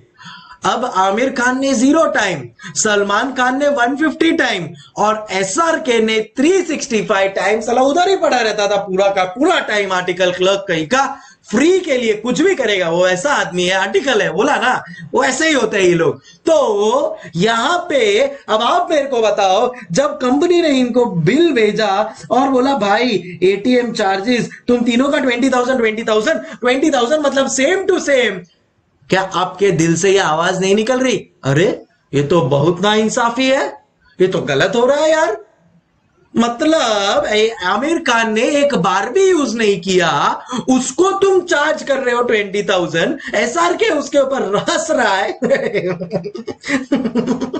आमिर उसके ऊपर हंस रहा है एसआरके कि ये देख, मैं तो रोज जाता था, तू भी 20,000 भरा, तू तो एक बार भी नहीं आया, फिर भी तेरे से 20,000 लिया। क्या होता है पता है, ये इनकरेक्ट कॉस्टिंग की वजह से अननेसेसरी यूज ऑफ रिसोर्सेज होता है। अब देखो, अब ये एसआरके क्या ना, इससे जबरदस्ती जा रहा था वहां पे, उसको जरूरत भी नहीं थी, फिर भी ना उसको कुछ काम था, बस एसी की हवा खाने के लिए। और कहीं ना कहीं आमिर खान को भी लगेगा कि यार मैंने तो यूज ही नहीं किया बैंक अकाउंट को, मैंने तो यूज ही नहीं किया एटीएम को, फिर काहे का ये मेरे को चार्ज लग रहा है यार, और वो भी उतना ही चार्ज जितना जिसने मैक्सिमम यूज किया उसको भी। अब इसकी जगह पे अगर मेरा फंडा यूज किया होता, मेरा फंडा क्या है, कॉस्ट शुड बी चार्ज, अब तुम लोग के जबान पे बैठ गया होगा, cost should be charge based on consumption, based on consumption. अगर अपना ये वाला फंडा यूज किया होता कि भाई cost should be charge based on consumption, then in that case ऐसा ना हुआ होता, आमिर खान के साथ गलत ना हुआ था, फिर अपन क्या करते, अपन देखते कि यार SRK ने 365 टाइम्स यूज किया है, इसके ऊपर सबसे हाईएस्ट ATM कॉस्ट लगना चाहिए, ताकि है ना नेक्स्ट टाइम ATM यूज करने के पहले 100 बार सोचेगा। वो आज की तारीख में नहीं सोच रहा है, क्योंकि उसको लग रहा है छोड़ना, सेमी तो लगने वाला है, वो आमिर खान उधर आ नहीं रहा है, उसको भी सेमी देने का है। थॉट प्रोसेस चेंज हो गया है। मैं आपको और एक एग्जांपल देता हूं। अगर आपका कोई भी बैंक अकाउंट है, समझो HDFC का बैंक अकाउंट है, अगर आप आपके बैंक अकाउंट में गए, उधर एक सोफा लगा है, रोज जाके अगर आप बैठे और आ गए, क्या बैंक आपको चार्ज करेगा, हाँ या ना? वापस से सुनो, आपका बैंक अकाउंट है HDFC, आपके ही ब्रांच में, आपके ही ब्रांच में गए, उधर एक सोफा पे जाके रोज बैठ गए, एम्प्लॉय से, उधर के जो बैंक एम्प्लॉय से 2-3 आधा घंटा बात किया, ऐसे ही बैठ के इसी में मजा लेके आ गए, क्या बैंक आपको उस बैठने का या उधर जाने का चार्ज करेगा, हाँ या ना? The answer is no. उसमें क्या चार्ज करने का है? यही चीज आउटसाइड इंडिया में आप करोगे ना, बैंक आपसे चार्ज लेगी।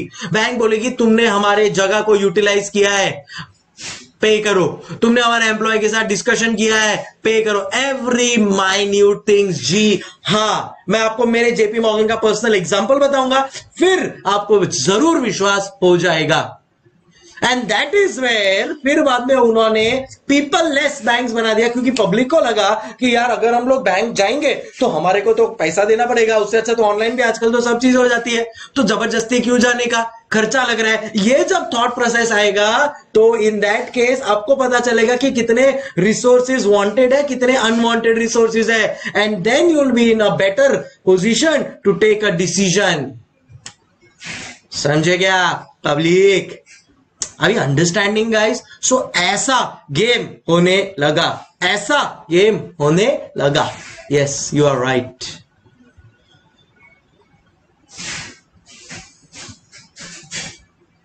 सलमान खान बोलता है ठीक है, वो तो बीच वाला है, चलेगा, बीच वाला है मतलब 150 डेज है उसका, तो उसने 150 टाइम्स यूज किया है, तो उसके लिए तो ठीक है, एवरेज ही आ रहा है। बट कहीं ना कहीं शाहरुख खान के लिए, कैन आई से, आई एम सो सॉरी, या कैन आई से, शाहरुख खान के लिए अपना यहां पे अंडर कॉस्टिंग हो रहा है। साले से चार्ज करना चाहिए था 60,000 में से 40,000, तो अपने को SRK में से लेना चाहिए, है कि नहीं?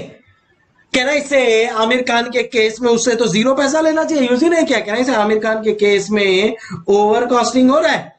अरे आर यू अंडरस्टैंडिंग? यस और नो? सो आमिर खान के केस में ओवर कॉस्टिंग, शाहरुख खान के केस में अंडर कॉस्टिंग, एंड ये गलत बात है। आपका कॉस्टिंग तो एकदम पिन पॉइंट और एक्यूरेट होना चाहिए। क्या ऐसा हो रहा है? The answer is no. Why? Because ये फंडामेंटल बराबर से यूज नहीं हो रहा है। अब मैं आपको बोल रहा हूं, हर एक चीज जहां पे भी जाओ ना, आंख दिमाग कान खुला रखना और देखना, नोटिस करना, weather what cost is being charged based on consumption or not, and अगर ऐसा नहीं है then in that case क्या करना है अपने को समझ गया। अब आप लोग भी ऑडिट करते हो इतनी सारी कंपनीज का, प्रोप्राइटर कंसर्न, पार्टनरशिप फर्म्स का, try to charge cost, product का कॉस्टिंग ही इनकरेक्ट होता है। दैट इज द रीजन कितने सारे प्रोडक्ट्स है जो इंडियन मेड है, they are not able to compete with the outside products. Cost incorrect costing is a major problem. आप नोट करना ना, टेलीविजन है, ये सब फ्रिज है, फ्रिज में पहले गोदरेज और ये सब कितना चलते थे, वीडियोकॉन और ये सब, आज की तारीख में नहीं चलते। They are not able to compete in terms of quality, in terms of service, in terms of pricing. Samsung है, LG है, नया टेक्नोलॉजी भी ला रहा है, कॉस्ट इफेक्टिव भी रख रहा है। क्यों? क्योंकि बराबर कॉस्टिंग टेक्निक्स यूज कर रहा है बच्ची, और कुछ नहीं। Are you understanding, guys? A subjugadu, yes or no? So this is where it becomes very important to understand this concept. और अब मैंने आपको ये समझा दिया है with the help of a bank example as well. गच्चा, अरे बोलो गच्चा। अच्छा सर, चलो ठीक है। सो ये हो गया एग्जाम्पल नंबर 2। एग्जाम्पल नंबर 1 किसका था? रेस्टोरेंट। कभी बोलोगे? कभी मत भूलना, अभी मैं बोल रहा हूं ये सब आपका खुद का, पापा का बिजनेस होगा, खुद का बिजनेस होगा, ये सब चीजें ध्यान में रखने वाली है। बिकॉज यही इनकरेक्ट फाइनेंशियल प्लानिंग की वजह से कितने सारे बिजनेसेस प्रॉफिट नहीं कर पाते हाई लेवल का, या कितने बिजनेसेस लॉस में चले जाते हैं अननेसेसरीली। लास्ट में आपको एक बताऊंगा, बहुत ही बड़ा रिटेल चेन कैसे समाप्त हो गया। Why? Incorrect costing methods. Yes, चलते हैं आगे, रुकूंगा नहीं, और एग्जांपल्स है। जब तक मैंने बोला ना आपके दिमाग में ये सीमेंट ना कर दूं ना, तब तक आगे बढ़ेंगे। So example connecting with concept, समझ में आ रहा है कि नहीं? This is how we will always do anything that we are going to take in costing. समझ गए? चलो 1 मिनट दे रहा हूं, फटाफट देख लो, लिख लो, फिर कहानी को आगे बढ़ाएंगे।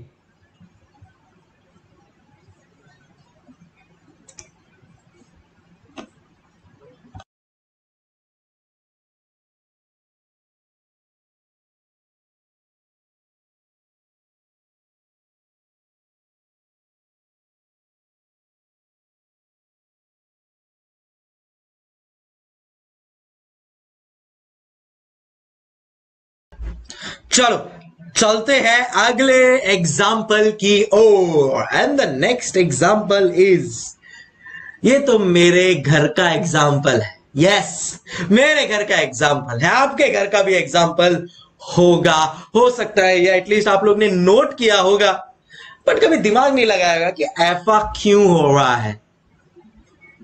कैफा? आओ देखते हैं। तो बात कुछ है, अब तो मैं एग्जांपल लिखूंगा ना, आपको 2-2 मिनट में पता चल जाएगा ये क्या बोलना चाह रहा है ये आदमी, समझ जाएगा। अब आपको देखना, समझ रहे हो क्या? सर लिखो तो सही, तो समझेंगे ना क्या? या चलो। सो मैं बॉम्बे में रहता हूं, तो हमारे बॉम्बे में तो आपको पता है शहर है बॉम्बे, इकलौता शहर है भारत देश का।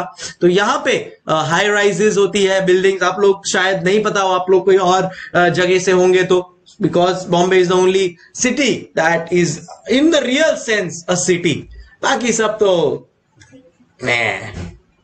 चलो। सो बात कुछ ऐसी है कि हमारे बॉम्बे में तो बड़ी बड़ी हाई राइजेस, स्काई स्क्रेपर्स होते हैं। तो मैं भी कुछ ऐसे ही बिल्डिंग में रहता हूं। हमारी जो बिल्डिंग है उसका एक टावर है, और वो है 10 फ्लोर्स का। 1 2 3 4 5 6 7 8 9 एंड 10 फ्लोर्स का ये बिल्डिंग है। सो हमारी बिल्डिंग है 10 फ्लोर्स की, एंड ये बिल्डिंग में है एक लिफ्ट। ये बिल्डिंग में है एक लिफ्ट। अब बात कुछ, अरे ये क्या हुआ? कुछ समझ रहे हो? हाँ, अरे सुनो तो, लेकिन मैं, अरे तुम भी तो सुनो। तो मेरे बिल्डिंग में है 10 फ्लोर्स, और ये बिल्डिंग में है लिफ्ट। अब मैंने एक चीज नोट किया कि ये जो लिफ्ट है उसके कुछ खर्चे होते हैं, मेंटेनेंस कॉस्ट होता है, बराबर है? तो ये जो मेंटेनेंस कॉस्ट है वो एवरी मंथ हम लोग को पे करना होता है इसका। तो there is a lift man. फिर मेजर जो लिफ्ट का खर्चा होता है ना, वो लिफ्ट के यूज करने से होता है, क्योंकि लिफ्ट जब यूज होता है तो इलेक्ट्रिसिटी कंज्यूम करता है, और huge level of electricity consume करता है। इसका पैसा भरेगा कौन? आप और मैं। तो हमारा जो लिफ्ट है उसका मंथली कॉस्ट आता है लिफ्ट का ₹10,000। ₹10,000 is the maintenance cost of this lift। समझ गए? बोलो हाँ या ना सर? हाँ सर, ओके। सो 10,000 रुपया मेंटेनेंस कॉस्ट है इस लिफ्ट का। ठीक है सर, परवाह नहीं। अब बात कुछ ऐसी हो गई कि ये जो सोसाइटी है वो खुद तो बेयर नहीं करेगी, तो सोसाइटी क्या करती है, बोलती है कि सुनो 10,000 रुपया लिफ्ट का खर्चा है, टोटल कितने घर है? अज्यूम करोगे हमारे एक फ्लोर पे एक ही घर है, तो टोटल कितने घर है? सर टोटल 10 घर है। अच्छा, डिवाइड बाय 10 होम्स, तो ₹1,000 पर होम का वो लोग मेंटेनेंस कॉस्ट की चिट्ठी हमारे घर पे भेज देते हैं। एक बार ये चिट्ठी मेरे पास आ गई, मैंने बोला कि अच्छा 1,000। फिर मैं सेकंड फ्लोर पे गया, मेरा फ्रेंड रहता था, मैं फर्स्ट फ्लोर पे रहता था। Mister Sankalp used to stay on the first floor. I always believe in staying first. चलो, सो मैं फर्स्ट फ्लोर पे रहता था, तो मैं मेरे सेकंड फ्लोर के फ्रेंड के पास गया, उसको मैंने पूछा यार तेरा बिल कितना है मेंटेनेंस का? बोला वही सबका जो आता है 1,000। सबका जो आता है बोला सबका 1000 ही तो आता है। मेरा एक फ्रेंड था बंटी, बंटी के 10th फ्लोर पे रहता था। मैं बंटी के घर पे गया, मैं बंटी को बोला बंटी तेरा इलेक्ट्रिसिटी अपना ये मेंटेनेंस का चार्जेस कितना आ रहा है? बंटी वही बोला, बंटी बोला कि वही यार जो सबका आता है 1000 रुपीज।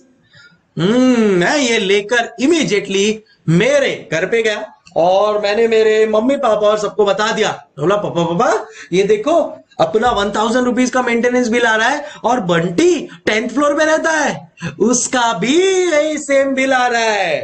तो पापा बोले हाँ तो क्या क्या प्रॉब्लम है, कोई प्रॉब्लम है क्या? मैं बोला अरे पापा रॉन्ग है ना ये तो, अपन तो लिफ्ट यूज ही नहीं करते तो भी अपने को 1000 भरने का। अपन तो फर्स्ट फ्लोर पे रहते हैं, लिफ्ट यूज नहीं करते, खाली साल में एक बार 14 जनवरी 14 जन काय पहुंचे, उसके अलावा तो अपन बॉस लिफ्ट यूज ही नहीं करते यार पब्लिक। और ये लोग तो बंटी तो रोज दिन में 10 बार 10 में माले के लिए जाने के लिए लिफ्ट यूज करता है। पापा पापा ये जो 10,000 का बिल आ रहा है ना ये उसी की वजह से आ रहा है मेजरली।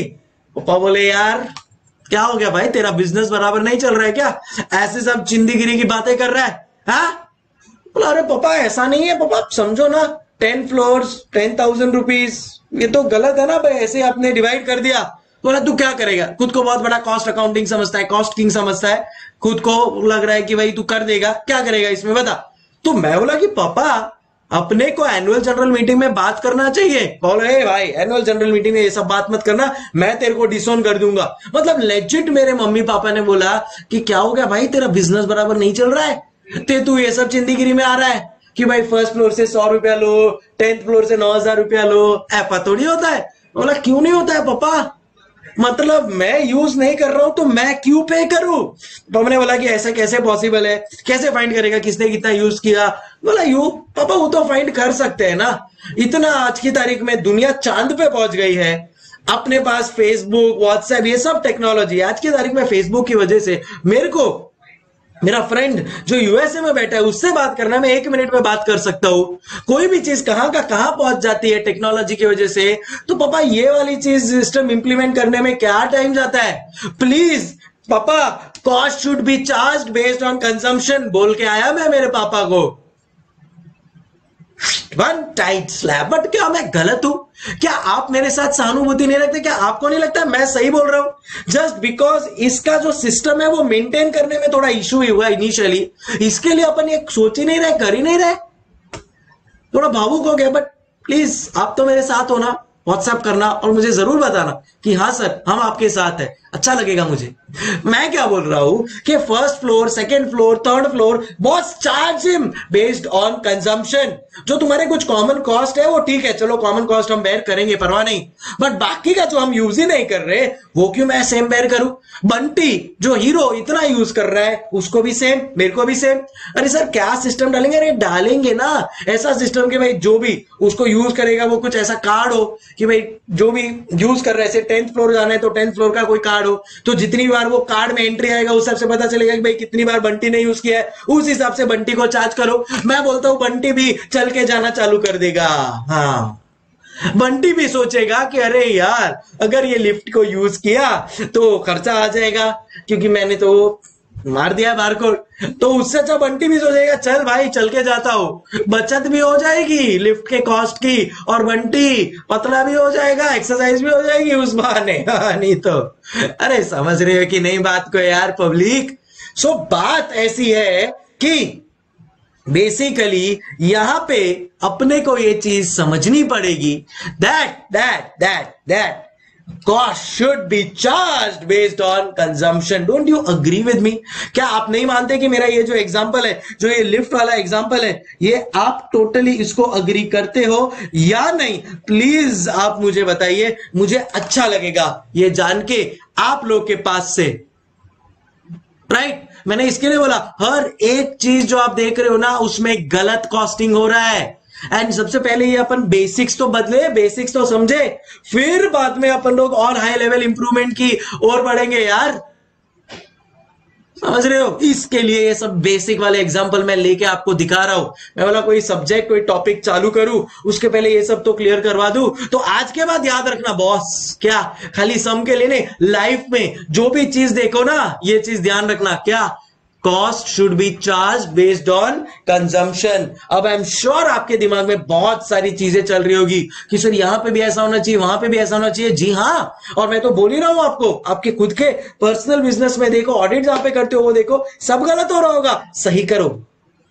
जी हाँ, सही करो।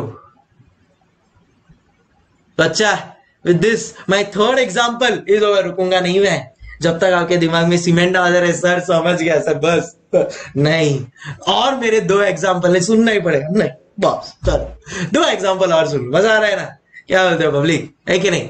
कितना प्रैक्टिकल है, कितना अप्लायबल है ये बॉस। चलो लिखना लिख लो, 1 मिनट देता हूं प्लीज।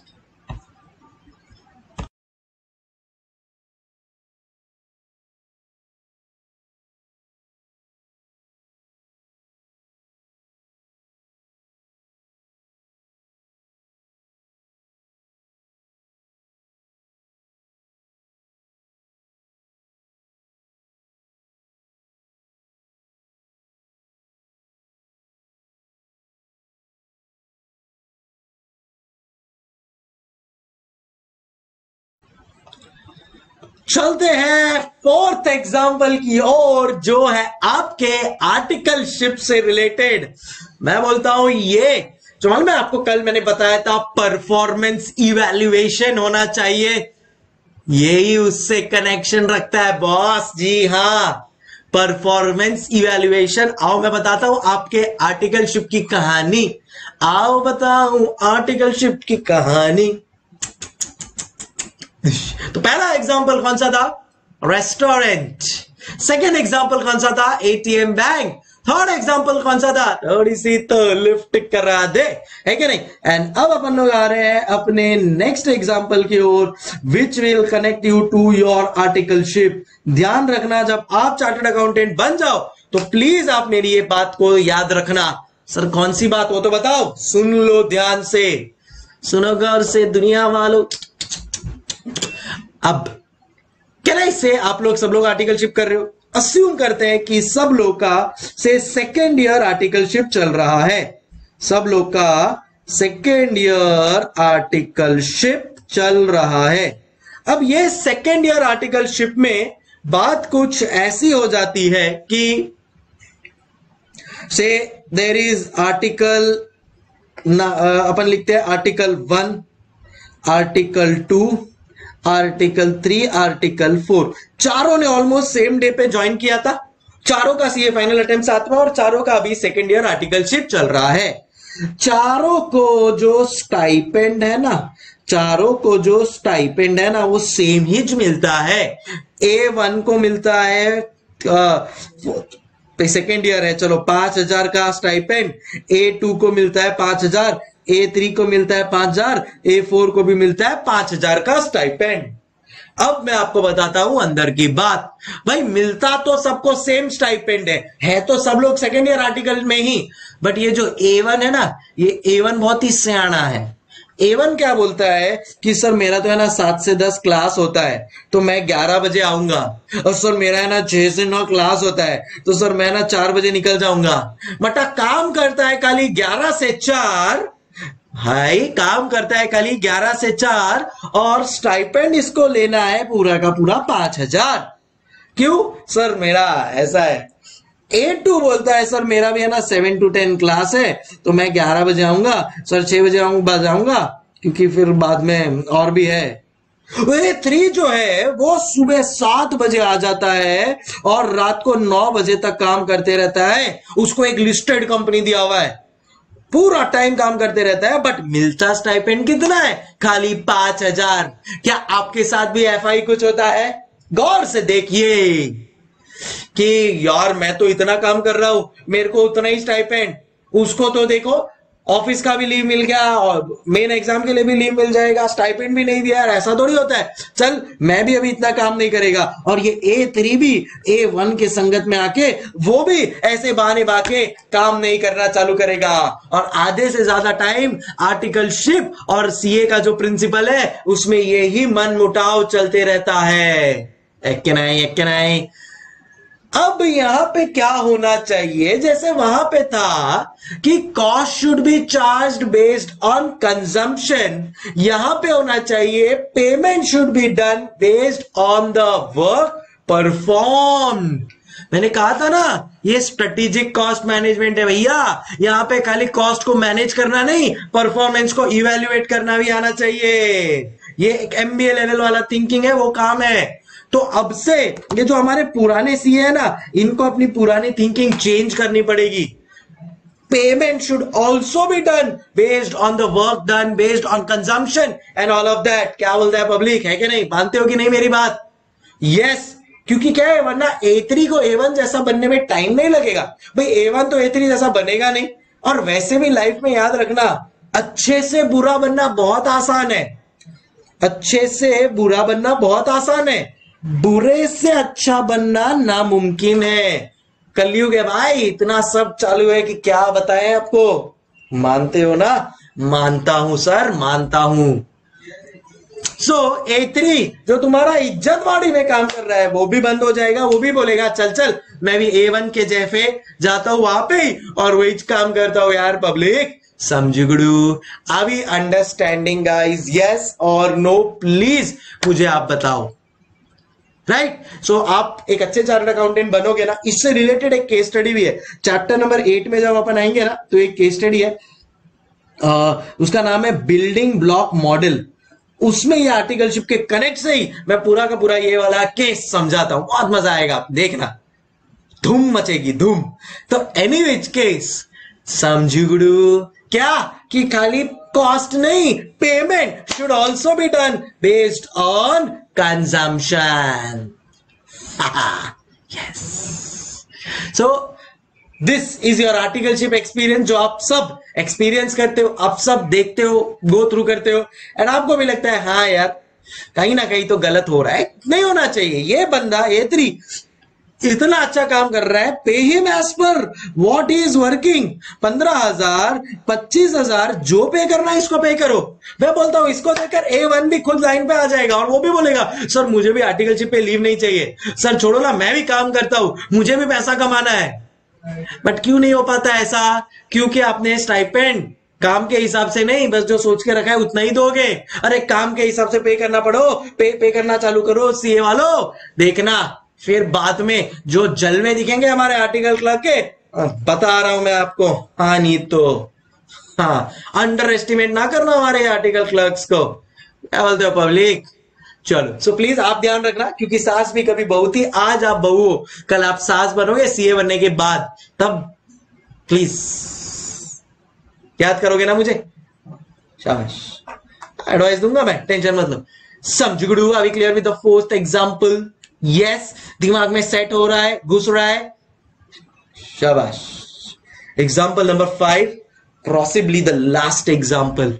अब आपको ये समझ गया तो आप मुझे बोल देना कि यस सर, दिमाग में बैठ चुका है। What cost should be charged based on consumption? Everybody write there in the comments. दिमाग में, जहन में बसा लो। चलो नेक्स्ट है मेरा लास्ट एग्जांपल। ये भी एक लाइव केस स्टडी है टाइटन इंडस्ट्रीज की। क्या आपको पता है टाइटन क्या है? वॉच कंपनी है, बराबर है, अपन सबको पता है, इंडिया की one of the most famous watch company. अरे ये वॉच कंपनी ने एक राकेश झुनझुनवाला बना दिया यार। आपको पता है राकेश झुनझुनवाला ने 30 रुपए में इसका लाख शेयर लिया था। एक एग्जांपल देता हूं आपको राकेश झुनझुनवाला की कहानी। राकेश झुनझुनवाला ने टाइटन इंडस्ट्रीज का 30 रुपए का शेयर लिया था, वो भी एक नहीं दो नहीं, 1 लाख शेयर। आज उसका वैल्यू है 3,000 रुपए। एक एग्जांपल दे रहा हूं, इससे बहुत ज्यादा लिया था और इससे बहुत ज्यादा वैल्यू हुआ। जी हाँ, कितना हो गया? 1 करोड़ रुपए का तो ऐसे ही मुनाफा हो गया। ऐसे कितनी सारी कंपनीज में राकेश झुनझुनवाला ने इन्वेस्ट किया and it yielded him tremendous results, huge. तो बात कुछ चल रही थी मेरी टाइटन इंडस्ट्रीज को लेकर। टाइटन का ये रियल केस स्टडी बहुत पुराना है, आज से 25-30 साल पुराना ये केस है। तब cost should be charge based on consumption, और ये सब जो मैं इतना इजीली बोल रहा हूं, वो थॉट प्रोसेस इतना क्लियर फ्रैंकली स्पीकिंग नहीं था। कॉलर को नीचे कर लूं, अब आर्टिकल है ना। हाँ, तो टाइटन इंडस्ट्रीज का कुछ ऐसा मानना है, ये देखो टाइटन है ना, टोटल 5 ब्रांड्स ऑफ वॉचेस बनाता है। क्या? एक है टाइटन जो उसका ओरिजिनल है वो, एक है टाइटन फास्ट ट्रैक जो यंगस्टर्स को केटर करने के लिए, एक है उसका टाइटन पर्पल, एक है टाइटन रागा, और आई थिंक एक है टाइटन सोनाटा या कुछ भी है, रागा है, एज, एक है टाइटन एज। ठीक है, तो अब इनको टाइटन वालों का एक एडवर्टीजमेंट बजट है। देखो हर कंपनी का एक एडवर्टीजमेंट बजट होता है कि नहीं? तो ऐसे ही इनका भी एक एडवर्टीजमेंट बजट है। ये एडवर्टीजमेंट है बजट इनका 25 लाख रुपए का। बराबर है। अब ये लोग क्या करते थे, एडवर्टीजमेंट बजट 25 लाख, 5 इनके ब्रांड्स है टाइटन के, इंटरनली 5 मेजर ब्रांड्स है। तो हाँ, ये लोग क्या करते थे, divide by 5 brands, divide by 5 brands. तो हर एक की पाती में कितना आया, OG 5 lakh, Fastrack 5 lakh, purple 5 lakh, Raga 5 lakh, Edge 5 lakh. अब ऐसा लगता था कि यार ये देखो इसका हर एक का इतना इतना कॉस्ट है, क्योंकि ये लोग क्या करते थे, भाई एक बेस लिया और बस चार्ज कर दो। यही पढ़े हो ना आप लोग, अब्जॉर्प्शन कॉस्टिंग ओवरहेड्स में, इंटर में, आईपीसीसी में। गलत सिखाया था आपको। ये है नए तरीके का कॉस्टिंग। प्रैक्टिकली अप्लाई करो, प्रैक्टिकली समझो, मजा ही कुछ और है बॉस। चलो, सो 25 लाख का मेरा टोटल एडवर्टीजमेंट बजट है। 5 ब्रांड्स है मेरा, हर एक ब्रांड को 5-5 लाख का कॉस्ट वो लोग ने डाल दिया। बोला चल ओजी तेरे को भी 5 लाख, फास्ट ट्रैक को भी 5 लाख का कॉस्ट। सो सब लोग को ये कॉस्ट बेयर करना पड़ा एडवर्टीजमेंट कॉस्ट के नाम पे। मैं फिर बाद में ज्वाइन किया मैंने टाइटन, मैं एज अ मैनेजमेंट अकाउंटेंट, उन्होंने मुझे रखा और उन्होंने बोला मिस्टर संकल्प देखिए तो सब सही चल रहा है कि नहीं। मैं बोला जरा भी नहीं सही चल रहा है, ये क्या खुफियाबंदी चल रही है, तो गलत है, सब खुफिया बना रहे हो तुम टाइटन ओजी को और सबको। तो वो लोग बोले सर क्या हुआ, आप मैनेजमेंट अकाउंटेंट हो, भड़को मत सर, क्या हो गया। सुनो जरा क्या हुआ। तो देखो इधर यार, एडवर्टीजमेंट बजट जो तुमने चार्ज किया 5-5 लाख रुपया, वो किस बेसिस में चार्ज किया है। तो सर कोई बेसिस क्या, मतलब सर 5 ब्रांड्स है, 25 लाख का कॉस्ट है, 5-5 लाख सर कॉस्ट आएगा एक का advertisement cost sir 5-5 lakh rupees का। गलत है।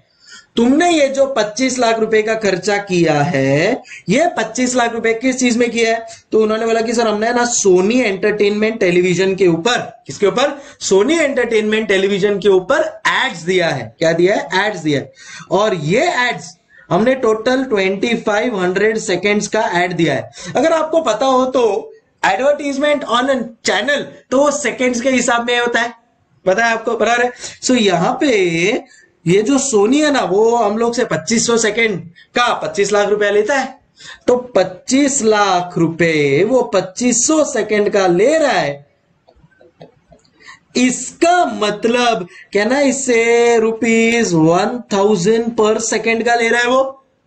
तो लोग ने बोला हाँ मतलब अप्रोक्सीमेटली, वो तो हमको ये, अरे अप्रोक्सीमेटली क्या यही है, 2500 अगर ले रहा है देन इन दैट केस 1000 पर सेकेंड वो चार्ज कर रहे हैं। बराबर है सर। अच्छा मेरे को बताओ कि टाटा ओरिजिनल जो इतना बड़ा ब्रांड है, सारी दुनिया को पता है, इतना पुराना ब्रांड है, क्या ये टाटा ओरिजिनल किसी भी एडवर्टीजमेंट का मोहताज है क्या? आप मुझे बताओ। तो टाटा ओजी, तो ये ओरिजिनल बोला, टाइटन, टाटा क्या टाइटन, क्या टाइटन ओजी किसी भी एडवर्टीजमेंट की उसको जरूरत है? नहीं, मेरे को तो कोई जरूरत नहीं है बॉस, सारी दुनिया जानती है टाइटन ओरिजिनल तो सालों से चला रहा है। फास्ट ट्रैक को हाँ थोड़ी बहुत जरूरत है, तो चलो भाई 200 सेकेंड्स अपन लोग ने फास्ट ट्रैक को दे दिया। पर्पल को, हाँ पर्पल को तो बहुत जरूरत है, इतने लोग ज्यादा जानते नहीं है, चलो 750 सेकेंड्स हम लोग ने पर्पल को दे दिया। रागा को, अरे रागा को तो बहुत जरूरत है, तो 850 सेकेंड्स हम लोग ने रागा को दे दिया। और एज को भी जरूरत है, तो 700 सेकेंड्स जो बच रहे उतना हम लोग ने एज को दे दिया। अच्छा तो ऐसा किया है, तो मतलब सोनी एंटरटेनमेंट टेलीविजन पे रागा की, टाइटन रागा की सबसे ज्यादा एड चल रही है। हाँ अरे भाई, तो टाइटन रागा को सबसे ज्यादा फिर बाद में चार्ज जाना चाहिए ना ये 25 लाख का, क्योंकि उसका जो बेनिफिट है वो तो रागा को सबसे ज्यादा हुआ है करके। हाँ बराबर है बात तो। अरे बराबर है बात तो करो। रुके किसके लिए हो? अच्छा, तो मतलब हम ओरिजिनल टाइटन को एडवर्टीजमेंट के नाम पे चार्ज करेंगे ही नहीं। एग्जैक्टली exactly, क्योंकि उसने तो कंज्यूम ही नहीं किया है यार। Are we understanding guys? यही फास्ट ट्रैक इसने 200 सेकंड किया है, तो 200 सेकंड के हिसाब से 1000 पर सेकंड। बॉस इसके पास क्यों 5 लाख रुपए ले रहे हो? इसका तो 2 लाख रुपए में काम हो जाएगा ना पब्लिक। क्लियर हुआ क्या? अब समझ में आ रहा है आप लोग को? सेम वे पर्पल से 7.5 लो, रागा से 8.5 लाख रुपए लो, तब तुम्हारा प्रोडक्ट प्राइसिंग और कॉस्टिंग भी बराबर होगा। तुमने कॉस्ट को चार्ज ही नहीं किया है based on. Correct, absolutely spot on, absolutely correct. Clear हो गया? Yes, concept clear, examples clear. बोलो फटाफट पांचों 5 एग्जांपल कौन से थे? पहला example restaurant, second bank ATM, SRK, Salman और आमिर खान। थर्ड एग्जांपल मेरी लिफ्ट का था, नहीं थर्ड एग्जांपल मेरी लिफ्ट का था। फोर्थ एग्जांपल आपके आर्टिकलशिप के परफॉर्मेंस मेजरमेंट से रिलेटेड था, और अब फिफ्थ एग्जांपल है टाइटन से रिलेटेड। आई होप आप लोग को ये 5 एग्जांपल क्लियर हो गए होंगे, and you are now clear with the whole concept that cost should be charged based on consumption and payment should be done based on performance। 2 minute उसको लिख लेते हैं। आओ। चलो, क्या बोला, क्या सीखे अपन लोग? एवरीबॉडी, कॉस्ट आज के बाद हमेशा ध्यान रखना, भले ही आप खुद का बिजनेस कर रहे हो, किसी और का, कुछ भी हो, कॉस्ट शुड बी चार्ज। हमेशा ये बारीकी से काम करना। You will always get the right price of the product and you will always be the leader of the market. जी हाँ, cost should be charge based on consumption. And दूसरा correct, payment should be done. मेरी handwriting बहुत अच्छी लग रही है आपको? ऐसा, payment should be done based on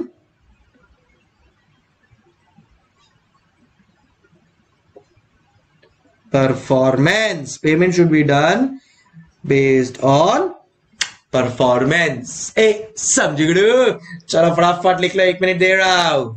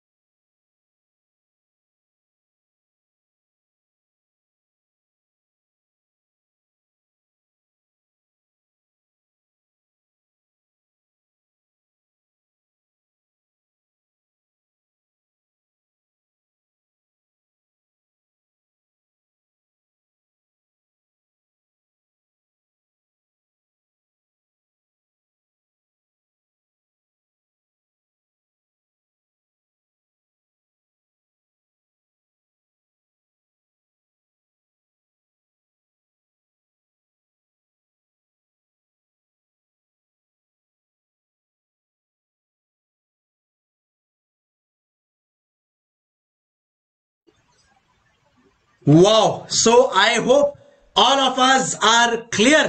आज जो भी आप लोगों को पढ़ा है, एक लास्ट मैं केस स्टडी आप लोग के साथ शेयर करना चाहूंगा ऑफ सुभिक्षा रिटेल। तो सुभिक्षा रिटेल जो आज डीमार्ट है ना, सुभिक्षा रिटेल आज से ऑलमोस्ट 25 साल पहले कर चुका है। जी हां, 1997 में it was started by mister Ramaswamy. He is IIM alumni. तो IIM से उन्होंने पढ़ाई की और फिर बाद में उन्होंने सुभिक्षा करके एक रिटेल जो अपना डीमार्ट जैसा ना retail chain store, supermarket store वैसा कुछ ओपन किया। चेन्नई में उन्होंने स्टार्ट किया विद 2 आउटलेट्स। फिर 2-3 साल में उनके कुछ 50 आउटलेट्स हो गए। फिर 2003 में उनको ICICI से फंडिंग मिला। अजीम Prem ji, the owner of Wipro, जी हां, उन्होंने भी इसमें इन्वेस्ट किया। और फिर देखते ही देखते 2008 के आसपास they had more than 1500 stores all over India, plus they had a turnover of more than से 50-100 crore through all over India operations. Just imagine, आपकी कंपनी 2008 में 500 करोड़ से ज्यादा का सेल्स कर रही है। आपकी कंपनी के 1500 से ज्यादा आउटलेट्स है ऑल ओवर इंडिया। और 2009 में, विच इज नेक्स्ट ईयर, 2008 में 1500 आउटलेट, 1000 करोड़ का टर्नओवर, और 2009 में आपकी कंपनी बंद हो गई। Would you believe it? Just imagine, ऐसा ही कुछ हुआ सुभिक्षा रिटेल के साथ। And one of the 2 major reasons was improper costing. तो उन्होंने क्या है, उनका भी सिस्टम यही था, सबसे सस्ता सुभिक्षा 8% लोअर देन MRP से वो सेल करने लग गए मार्केट से, विच इज गुड। बट फिर भी क्या क्या ऑपरेशनल कॉस्ट से वो समझ नहीं पाए। वो ऑपरेशनल कॉस्ट ना समझने की वजह से उनको वर्किंग कैपिटल का बहुत बड़ा क्रंच फेस करना पड़ा, जिसकी वजह से उनके लेंडर्स बहुत सारे बढ़ गए and finally they had to shut down the shop. Just imagine, and one of the major reasons, as I said, was improper costing, because वो MRP से कम तो बेच रहे थे, but MRP से कम आप बेच रहे हो तो आपको भी तो सप्लायर से एक बहुत बड़ा बल्क डिस्काउंट मिलना चाहिए, आपके भी तो ऑपरेशनल कॉस्ट कवर होने चाहिए। उसका एक बहुत बड़ा मिसमैच था। वर्किंग कैपिटल वो प्रॉपरली अपना मैनेज सेट नहीं कर पाए। बहुत सारे ऑपरेशंस उन्होंने खोले जहां पे इतना कंज्यूमरिज्म था ही नहीं, तो उसकी वजह से उनके बहुत सारे स्टोर्स लॉस में चले गए। अब ये स्टोर्स लॉस में जाने की वजह से उनको आइडियली स्टोर्स बंद कर देने चाहिए थे, अगर स्टोर्स उतना प्रॉफिट नहीं कर पा रहे तो। नहीं किया उन्होंने, and eventually they had to shut the whole shop. So that's how businesses are. Properly बोलते ना डबल एज स्वॉर्ड, अगर प्रॉपरली आपने मैनेज नहीं किया देन बोलते ना डबल एज स्वॉर्ड का मतलब होता है can wound if not handled with care. मतलब जो आपका जो स्वॉर्ड है ना, वो स्वॉर्ड दोनों तरफ से वार कर सकती है। अदरवाइज क्या होता है, एक तरफ जो आपका तरफ होता है ना, आपका तरफ साइड वो सिंपल होता है, और जो एकदम तीखी नोक होती है वो आपके शत्रु जो एनिमी है उसके तरफ होती है। बट कुछ राजाओं ने क्या किया, दोनों तरफ वो किया। तो अगर उसको आप प्रॉपर मैनेज नहीं कर पाए देन इन दैट केस वो आपको भी लग सकती है। और ऐसा ही कुछ हुआ सुभिक्षा रिटेल के साथ। जी हाँ, सो इसी केस स्टडी के साथ समाप्त करता हूं मैं आज का सेशन। आई एम श्योर ये जितने भी एग्जांपल्स मैंने दिए, restaurant, right, banks, lift, articleship, Titan watch company, ये सब से आपको बहुत कुछ सीखने को मिला होगा। एक बेस फाउंडेशन जो अपने को चाहिए था कॉस्टिंग में अपना हो जाए सेट, वो हो गया होगा। अब अपन नेक्स्ट लेक्चर में स्टार्ट करेंगे अपना एक chapter and we will ensure अब से कि देखो ऐसे ही प्रैक्टिकली आपको एग्जांपल्स दूंगा, मैं कॉन्सेप्ट से कनेक्ट करूंगा, कोई केस होगा उससे रिलेटिव, कोई लाइव प्रैक्टिकल केस होगा, वो अपन लोग समझेंगे, so that studying becomes really interesting and आपको भी मजा आए पढ़ने में, मेरे को मजा आए पढ़ाने में। क्या बोलता है पब्लिक? ठीक है, चलो भाई, टाइम जैसे हasta la vista guys, keep smiling, thank you so much and as I said, कोई भी चीज हो मेरा व्हाट्सएप नंबर मैं आप लोग के साथ शेयर कर ही चुका हूं। क्या है? 9819201473 इन केस ऑफ एनीथिंग।